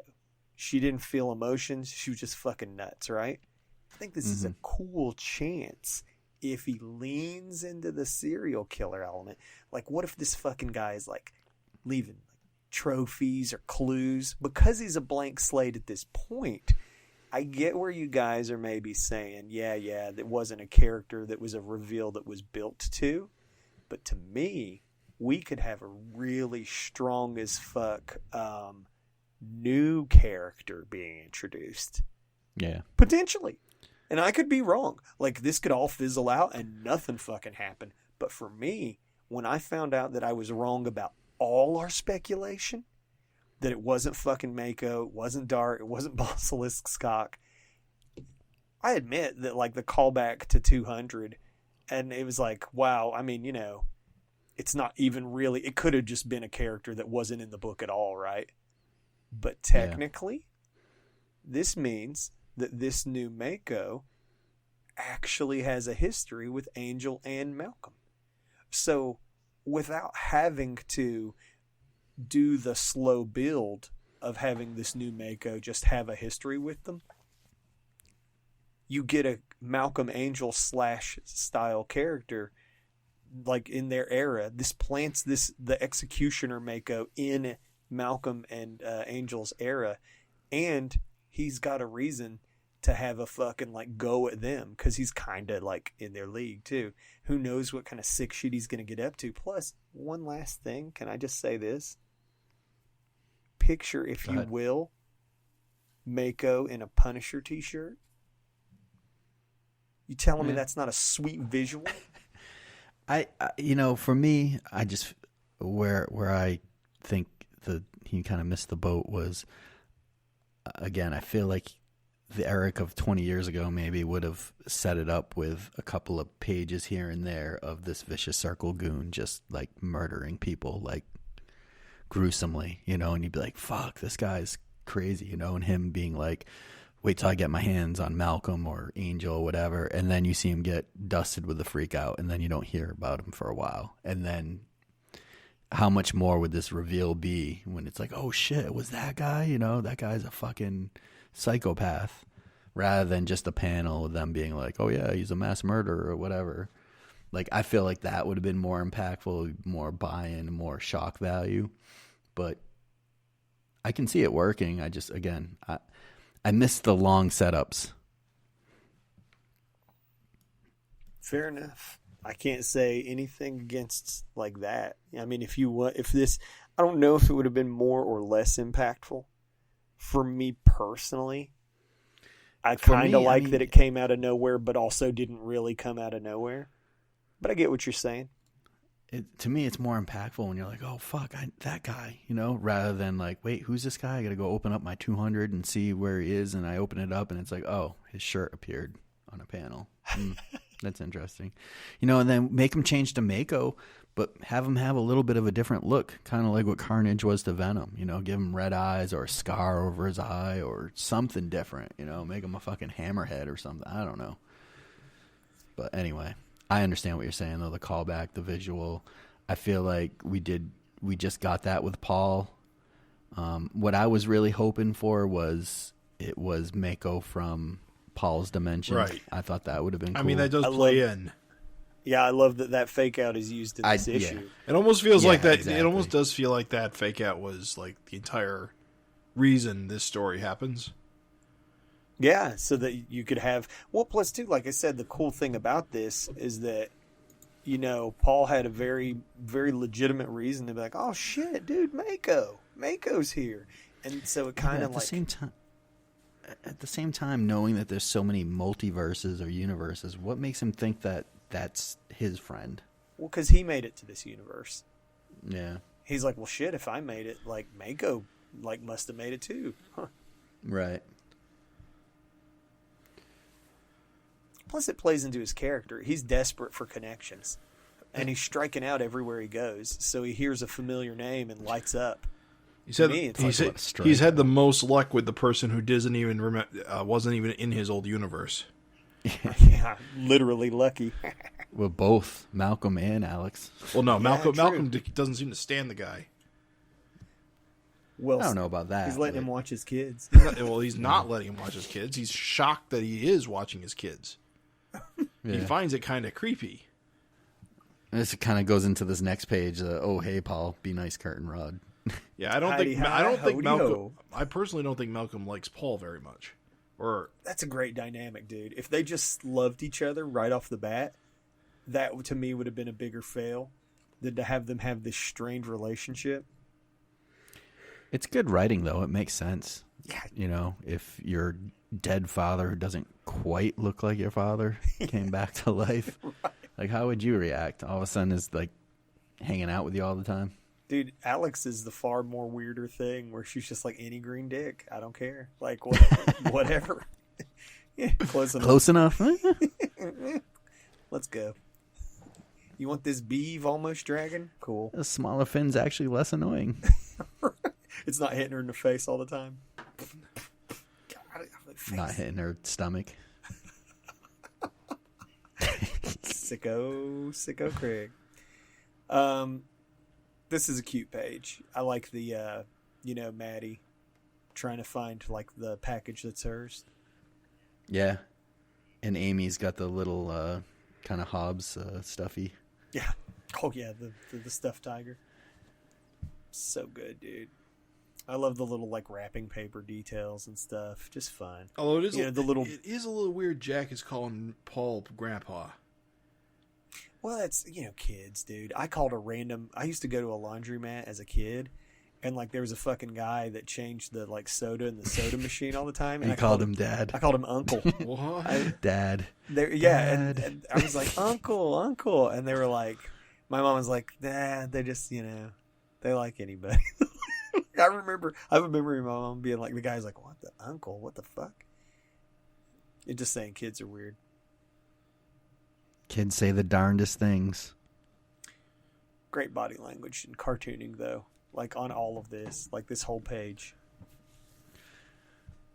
Yeah. So, the other reason why I like this guy, Executioner, is I think that he's got an interesting dynamic where he is not 100% down with the VC. He feels abandoned by them in Chicago. And it kind of puts him in a position where if he wasn't a serial killer, like, who the fuck knows? But, like, if he wasn't a serial killer, he could potentially become a good Mako. But I'm just saying, like, who knows, dude? Not anymore. There's a lot of bodies on this pier. Yeah. Yeah, that window's gone. But I'm just saying, like, he's going to be in a weird position anyway, because clearly he wants to fight the whole fucking VC.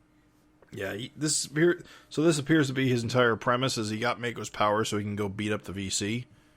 Yeah. Which is nuts as fuck if you think, because he doesn't know Dart's dead. It's true. And also, the VC's quite vulnerable. Would it be crazy if he did become the leader of the VC very soon? A serial killer Mako is the new leader of the VC? Holy shit, dude. But of course, he's down there causing trouble, and Malcolm gets the call, but it's Christmas.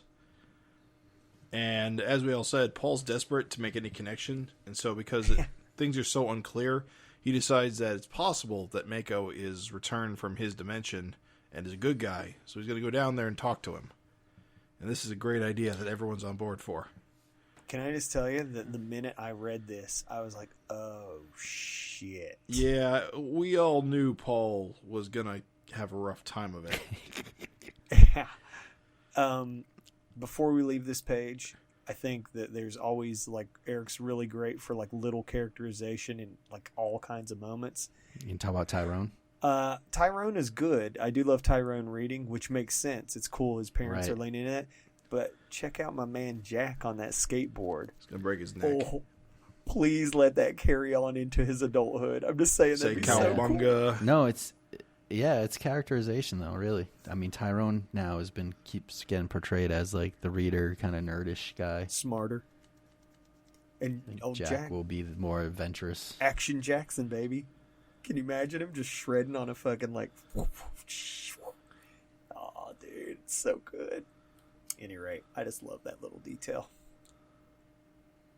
Yeah, let me ask you guys, were you worried for Paul? Because I was like, oh, shit. I did think he was going to get paffed.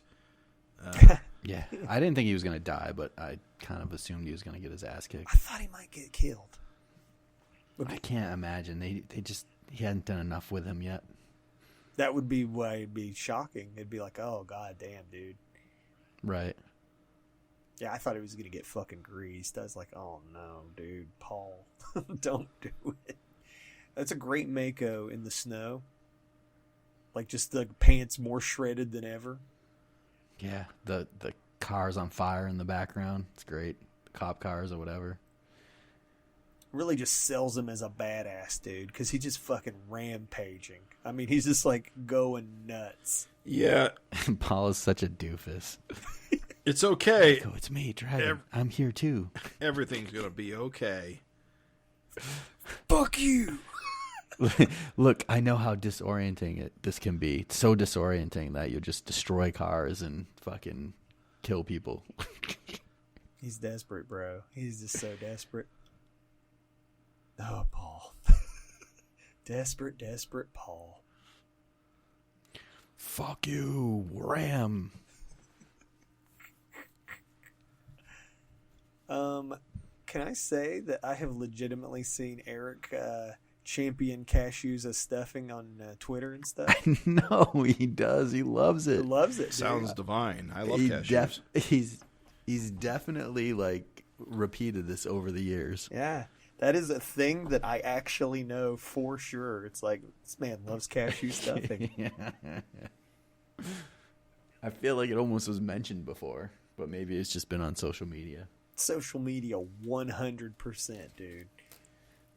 Did you guys notice Maxine's oven mitten? Yes, dude. Thank you. Too good. Santa's little hoe. Now, is it little or favorite? Favorite hoe? Santa's favorite. That's even better, know. dude. That's fucking hilarious. Yeah. Just giving Malcolm a whole eyeful. Mm-hmm. She gave him the old pink wink. Ding. Or the high brown eye. Mm-hmm. Too funny.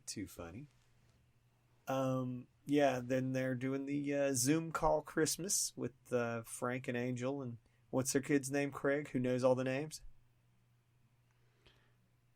Yes. I don't know. It's Little Angel. But at any rate, yep. They're doing the Zoom call Christmas, and this is when Malcolm gets the bad news. Hey, you know your fake dad? You sent him to die on Christmas. Serial killer Mako. He's on the loose. You gotta get there, Malcolm. You gotta stop him. So, shit, dude. He rolls out to save old man Paul. Takes off. Yeah, just runs out. And Paul not doing good. Not doing good against Mako. Brackafoon. Pretty classic dragon pose, though. Yeah, baby. Yeah. That hopping over the bursting wall thing. He's done that before. This new Mako dude is just seems like a goddamn brute. Like you said, Craig, Mako is definitely one of the most fearsome fucking dragon guys. Now you got a friggin' serial killer, but I mean, how much different is that than the original Mako? Original Mako was pretty brutal. There's definitely scenes where he's, especially in the beginning of the series, where he's killing a lot. So I don't know. It'll be interesting. So when you talk about serial killers, the thing is he's rampaging here in this moment. But when you think about serial killers, any of those shows, I think just the main thing is the derangement. Yeah, maybe there's mass killers and serial killers. Serial killers are more deranged or something. Well, I don't know. They're just deranged. They have those tendencies. Mass killers could be I don't know, you fucking go shoot up a school or something. Or you a bomb or something. Yeah, a bomb. You're a mass killer if you blow up a bomb or something. But a serial killer picks a victim and stalks them and learns their habits and crazy shit. So I mean, I just expect some crazy shit from this guy. But isn't that what wasn't that what do you call it? Venom's guy. What's his name? Carnage. Isn't that what he was kind of Cassidy? I just don't know enough about him to know. Yes, he was a serial killer. Did he do things like that? Was he serial killer? When he was a human, he did. But when he became Carnage, he basically just slaughtered people. But he was insane. Venom was a bad guy, but Carnage was considered an insane bad guy, which is even more dangerous. The thing about Carnage was that when he bonded with this symbiote, he was so crazy that he referred to himself as I instead of us. Basically, he integrated with it more than Venom did, because Venom always called himself we. But the concept was that he was just he was so out of his mind. A killer. He's so much more dangerous. He basically, once he was given the power to kill, he just killed indiscriminately. Right. Lame. So I'm wondering, is this what we're gonna see? Lame. To me, lame. If you're gonna have serial killer brains, because the thing is their brains are fucked, dude. They have fucked brains. They think in weird fucked ways. Dart acted like a serial killer, right? With the weird shit she did, and so to me, I don't want to see this guy just be a berserker Mako. Or to me, that's you didn't deliver on the serial killer thing. You know what I'm saying? But I feel like this Mako might not have a conscience. He doesn't have any real goals other than to take out his vengeance by just being a mass murderer type killer. So I don't know. We'll see. Maybe it is lame, but I could be interesting to me. I agree with Raven. He's hard to stop. I agree with Raven. It's a little bit lame that he's just kind of slaughtering people in a huge display of power. I get this in this moment, but I'm saying down the road. Yeah. Down the road, I don't want to see him just be a berserker. Otherwise, he's no different than Mako is all. So from what I'm getting is he lost his powers of freak out, so he desperately wants his powers back, and at the same time he wants to take out his vengeance on the Vicious Circle. I think at this point getting revenge of the Vicious Circle is actually more of a priority. That's why he did what he did. Right. Getting powers is secondary to getting his revenge because he feels slighted. Right. Because he was abandoned. I know we've not been doing our usual art appreciation. Can I just say though, goddamn Mako, gripping onto Paul's arm and then ripping it off. Ooh, yeah, it's pretty good. Oh, it's so good, dude. And the small fin, I got no problems with it. I think he's coming to his own on it. Yeah. It's really that whole shrip. Yeah, it's consistent and consistently good. And then our boy Malcolm with the power punch. Yeah. So good, dude. I love that he's using the electricity.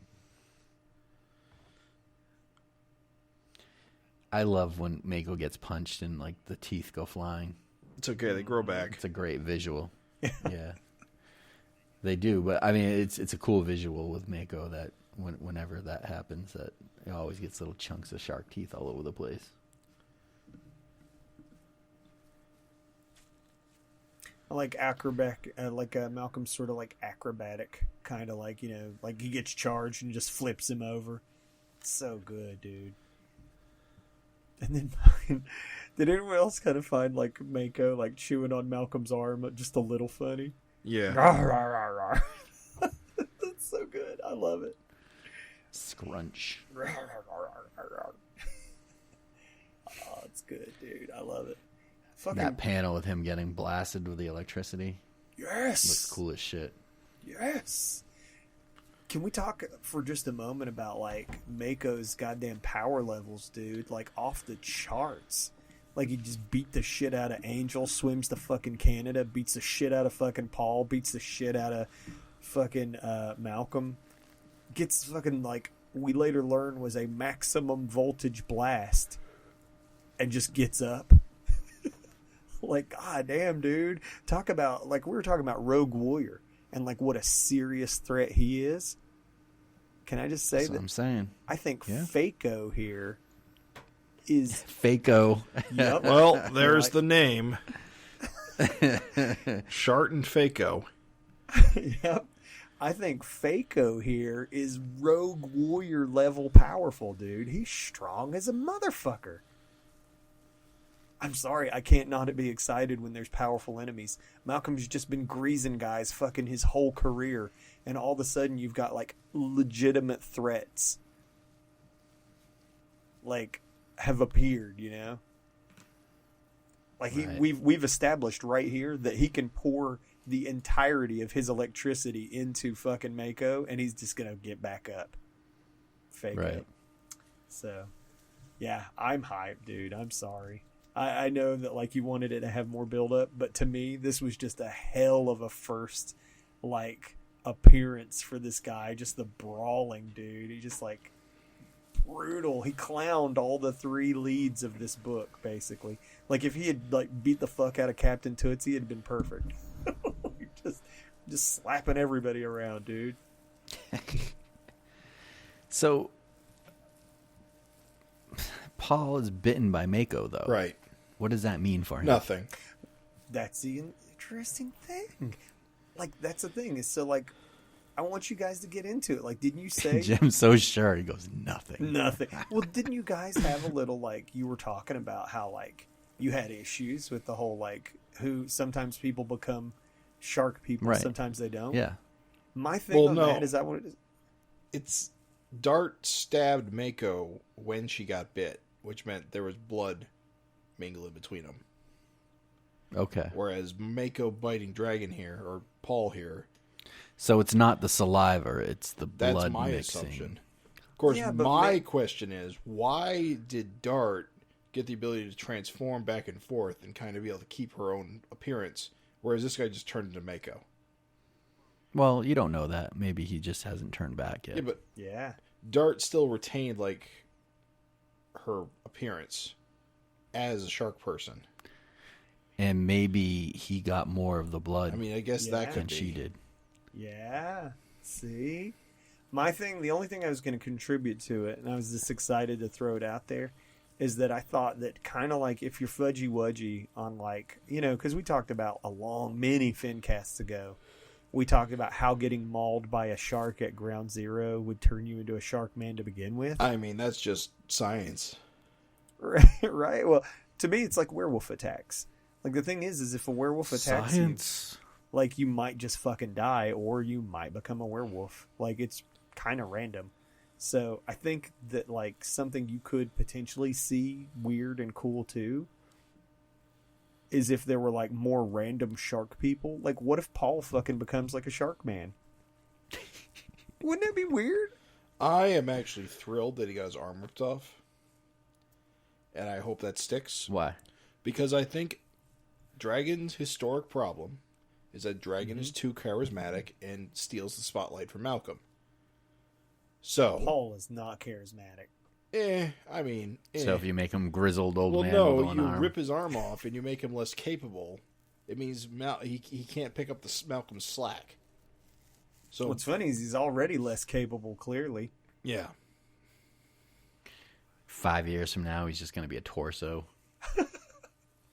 Just a head on a stick. I mean, he's probably just not going to do the superhero thing anymore now that he's one-armed.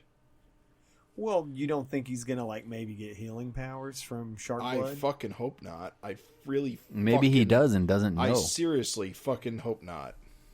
Dude, I can't wait. If that's what happens, I can't wait to hear you. And then they do freak out.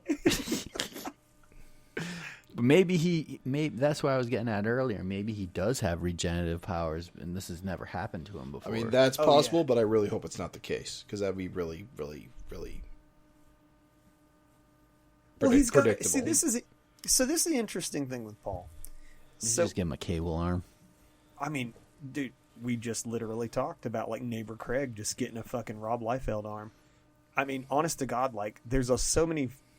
One of the reasons why I'm not like, oh man, is this issue did the Dragon thing where it went in a lot of crazy directions, and really I don't know, like, what could happen next. So that's all I ever ask for, right? I just don't want to know what's going to happen next. I don't want shit to feel predictable. And so I never saw this fucking executioner angle. And I never saw, like, Paul getting fucking mutilated. And now, I don't know what the fuck's going to happen to Paul. Is he going to get fucking robot arms? Is he going to learn that he actually can heal and, like, maybe it's slow and shitty? Or, like, I don't know what's going to happen. And it's cool. I love it. That's where I want to be. No comment. Or not. Leave me out to hang. For me, I thought it was an okay issue, not my favorite. And I think what makes it worse for me is that I felt like the two previous issues were so fucking amazingly bonkers that I felt like this one kind of knocked the wind out a little bit. Like, I was just like, I don't know. It just seemed like Malcolm's back and fine, and it was not, it really wasn't as bad as I guess it seemed in terms of his injury. I was all hyped up on this Mako thing, and it really didn't turn out the way I wanted. It still could be cool, but I don't know. I was just a little let down by the big reveal of who it was. I thought that was going to be something pretty cool. And so, I don't know. I was a little bored by the Mako fight, to be honest. Really? It's all things that we'd kind of seen. Yeah. I think, like I said, I don't want to keep beating a dead horse. It would have felt more. I would have been more invested if Mako was a character that was built up. And so I'm like, all right, here's, like you said, Fako. It's not real Mako, so I'm like, okay. It's not like, oh yeah, my fucking favorite villain's back. It's some guy as Mako, but not really, and his motivation is that he's pissed off at the Vicious Circle for what? For leaving him I don't behind. know. Yeah, I know, but it's just like, So yeah, basically, good action, good art. Not my favorite issue, and I think it's amplified because the previous issues were so damn good. Sure. I mean, of course. And, hey, look, I'm not going to lie. The previous two issues were stronger, in my opinion. Like, absolutely they were. I just wasn't really let down. I still think this was a solid. Like, to me, even when Dragon is like a 7 for Dragon, it's still like a fucking 10 compared to, like, the other comics I buy. So, I get what you're saying. I just think it's still kicked ass. Jim, I need your deep dive. What are you feeling, man? It is, it's a pretty good issue. I have a lot of, minor problems with it. Like Craig said, I don't think it was as bonkers as it could have been or the last few issues have been. But, it's just another good issue. Some, great Eric Larson art. I don't know where it's going, but unlike you, I like not knowing where things are going, but I also don't like a lot of random stuff just kind of happening. Things should make more sense, I guess. With Dart dead, basically I expected more fallout from that immediately. And we've kind of just gone away from that story. You know, a phrase that we were dancing all around and never came up this whole time with is internal logic. Well, you want there to be more internal logic behind the blood. Yeah, basically. I mean, I didn't bring this up earlier, but like the blood thing in particular has a few logic gaps in it that bug me, and one of the big ones is that we've seen, like I said, Dart got her powers from being bitten by Mako, but the only way that makes sense to me is if she cut Mako and got bit at the same time, so their blood mingled. But that wasn't ever actually established. That's just something I'm assuming based on what happened. And if that's not the case, or rather if that is the case, then remember, Dart died in Malcolm's pool of blood. So what does that mean? They're blood mingled. Why doesn't that work? Why isn't that a thing? Hey, what's crazy is you don't know, dude. Like, right, it could right. Be. I was thinking that too. I was like, okay, you've got shark blood, immortal blood, Malcolm blood. Like, what the hell's going to happen to Dart? I mean, yes, she was just a leg, and I guess her brains got destroyed, so maybe that's enough. But Malcolm like had fucking chunks of his brain gone and came back. Yeah, but it wasn't just a leg. Blood's pretty potent. Maybe he could come back from if there was a brain chunk in there. I don't know. At any rate, I think we need to move on to the Vanguard story. Yeah. Yeah. Let me just throw this out there that Craig, I have since the last time we spoke, read the black and white issue. I fucking loved it. Oh yeah, that's right. You found it in a back issue bin, right? Found it in a quarter bin. One shot Ethereal Warriors. Yep, found it in the back issue bin. Love it. Recommend any listener, any Finhead who doesn't have it, pick it up. It is arranged differently. Interestingly, Frank Fosco helped shine some light on it, that the way that this one was arranged in the backups was more the way that they originally wanted it. But Vanguard is front-loaded in the black and white. So it starts with Vanguard. And so it's just kind of, it flows completely differently, but both work. And I like it. I really like the difference. There's also very tiny, subtle differences between, not a ton. I mean, don't buy it for the differences in text, but Gary did little different things in texts. Like he'd change a joke here and there. So pick it up. But the huge difference is the one shot's black and white. Yes. And this is all colorized just recently by Nikos and his, it's amazing. I mean, I don't know if you saw it, but things tend to get lost in the black and white. There's a lot of shots where there's a lot happening. It was drawn for color, is what it was. Yeah. You can tell it was drawn for color. Right, absolutely. And that's what hurts it. And I felt like I noticed a lot more in color. Yeah. So I'm glad that we're getting to see it in color. It's been great. I really feel good for Gary and Frank to start seeing some of their properties that were supposed to be colored actually getting the color treatment, even though it's 20 years later or whatever it is. Hey man, better late than never. Yeah. But yeah, seeing this in color has been a real treat. I will still say, definitely 100% agree, but don't let that scare you off that one shot. You can get the whole thing. My back issue bin, they're charging like $5-6, something like that. Really? Yeah, it's worth it. Oh man, it's fucking so good. So yeah, pick it up. So we cut in. This is part 6 of the serial now, and Vanguard's basically getting tossed by Zecora and Ethrian into the powerhouse that's established on this Earth that's powering Zecora's lens, I guess. Yep. We learn a little bit more of this Chuck guy that just happened to be the wrong place and now is kind of like part of Powerhouse. Yep. And Wally's in there. Yeah. Wally's in there. I think the character designs are pretty cool. We talked about this. It's kind of like a mashup of He-Man and I don't know, like Silverhawks or something like that. Mm-hmm. who's that guy at Krell? He's got this little power stone. So they're like, oh, fuck, how do we stop these guys from battling? They're in the powerhouse. And, they obviously don't have another lens to make him as powerful as a god. So they use the powerhouse to give Vanguard, like, this really cool robotic suit. Yes, dude. So awesome. And really, these guys, like, the way they're designed to me, like, you look at Ethrian and you look at Zecora, they look like action figures. Yes, dude. Absolutely. It looks like this is a toy line, which is really fun. And then you see the Vanguard in the suit, and that looks like, oh, Vanguard in his, whatever, ethereal warrior suit, Yes, dude. In his powerhouse suit, powerhouse armor. So good, dude. I love the panel where he gets between them, and there's that close-up on his face. I love his little, like, helmet. Yes, dude. Upgrade. Absolutely. Yeah, everything on this His is prophet helmet. TNT. Uh-huh. Yeah. Yes. Craig was sort of making the observation that timeline-wise, this would have fallen like kind of a little bit before the whole Youngblood era.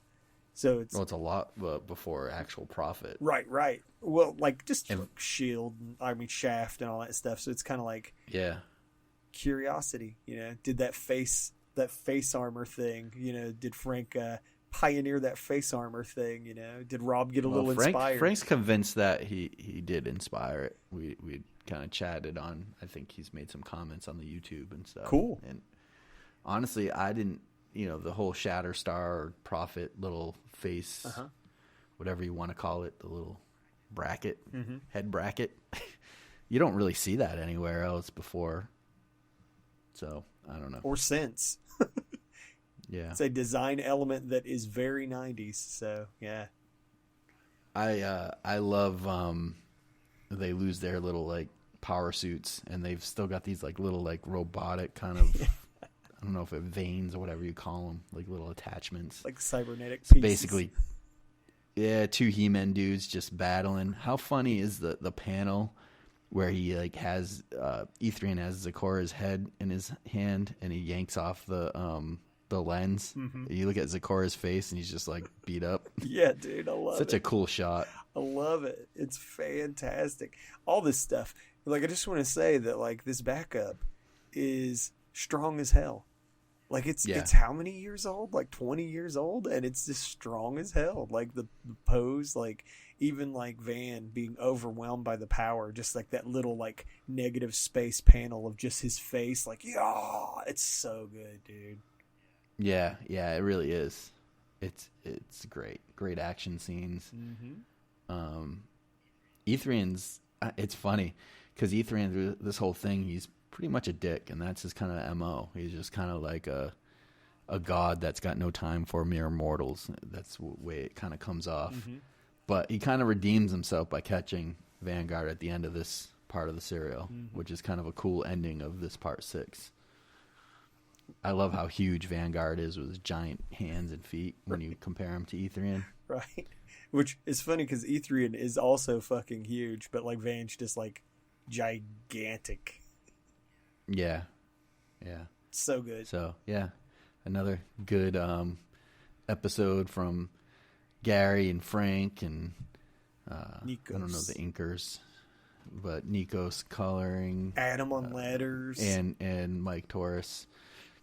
Adam, I guess the inkers are Stuart Carobus and Bill Anderson. Don't know who they are, but anyway, good job all around. Colors make it pop. This is a fun backup. Always fun when Frank does stuff. Oh, yeah, man. Fantastic. Like, strong as hell. Strong Always as good hell. to see Vanguard back, too. Like, I miss that guy. Yeah, man. Give us all the Vanguard you want. We'll take it. Never going to be mad to flip the page and see Vanguard. Hey, man, for me, that was a 10 out of 10. I realize you bros were coming in at a solid 7.5 out of 10, but It's about right. fantastic anyway. I mean, just fun. And fun talking to you guys. There's always like little things that I notice and stuff. I'll say that 257, we get the Dragon and the Thunder God. I can hardly do it these days. You couldn't hold it I together. can hardly do it these days because I laugh too much. The Norse thunder god Thor returns to extract revenge on Savage Dragon and his unholy offspring. The kids are unholy offspring. It's good, dude. He's probably talking about Malcolm. I mean, that's it. Yeah, Malcolm is Savage Dragon now. Thor doesn't know Paul is Paul. He's looking for Dragon, probably. Oh, you're thinking he's going to be looking for Dragon and beat up... Malcolm's the unholy offspring. Indeed. Oh, that's funny, dude. Yeah, that's good. Okay, smart twist. At least that was always my interpretation of that copy. I interpreted that they're calling Malcolm the dragon and they're calling the unholy offspring as the kids. Maybe. But that's even funnier that Malcolm is the unholy offspring. Has Thor crossed paths with Malcolm? No. Oh, this is going to be good, dude. So. And we have the cover, so we should just take a look real quick. Yeah, he's beating the shit out of Malcolm. No, wait, that's a lie, actually, because, Kerr fought Thor. I don't know if Malcolm was involved in that fight, though. Because Malcolm would have been there, or around. Yeah, I can't remember. Neither can I. If so, he was pretty young. Right. Well, thank you, gentlemen, for another amazing FINcast. Thank you, listeners, for hanging in there with us. Remember, write in savagefincast@gmail.com. Thanks for listening, everyone. We hope to see you. Hope to entertain you again next time. Yeah, I nailed it. Slam dunk. You sure did. First try, dude. Thank you. Goodbye.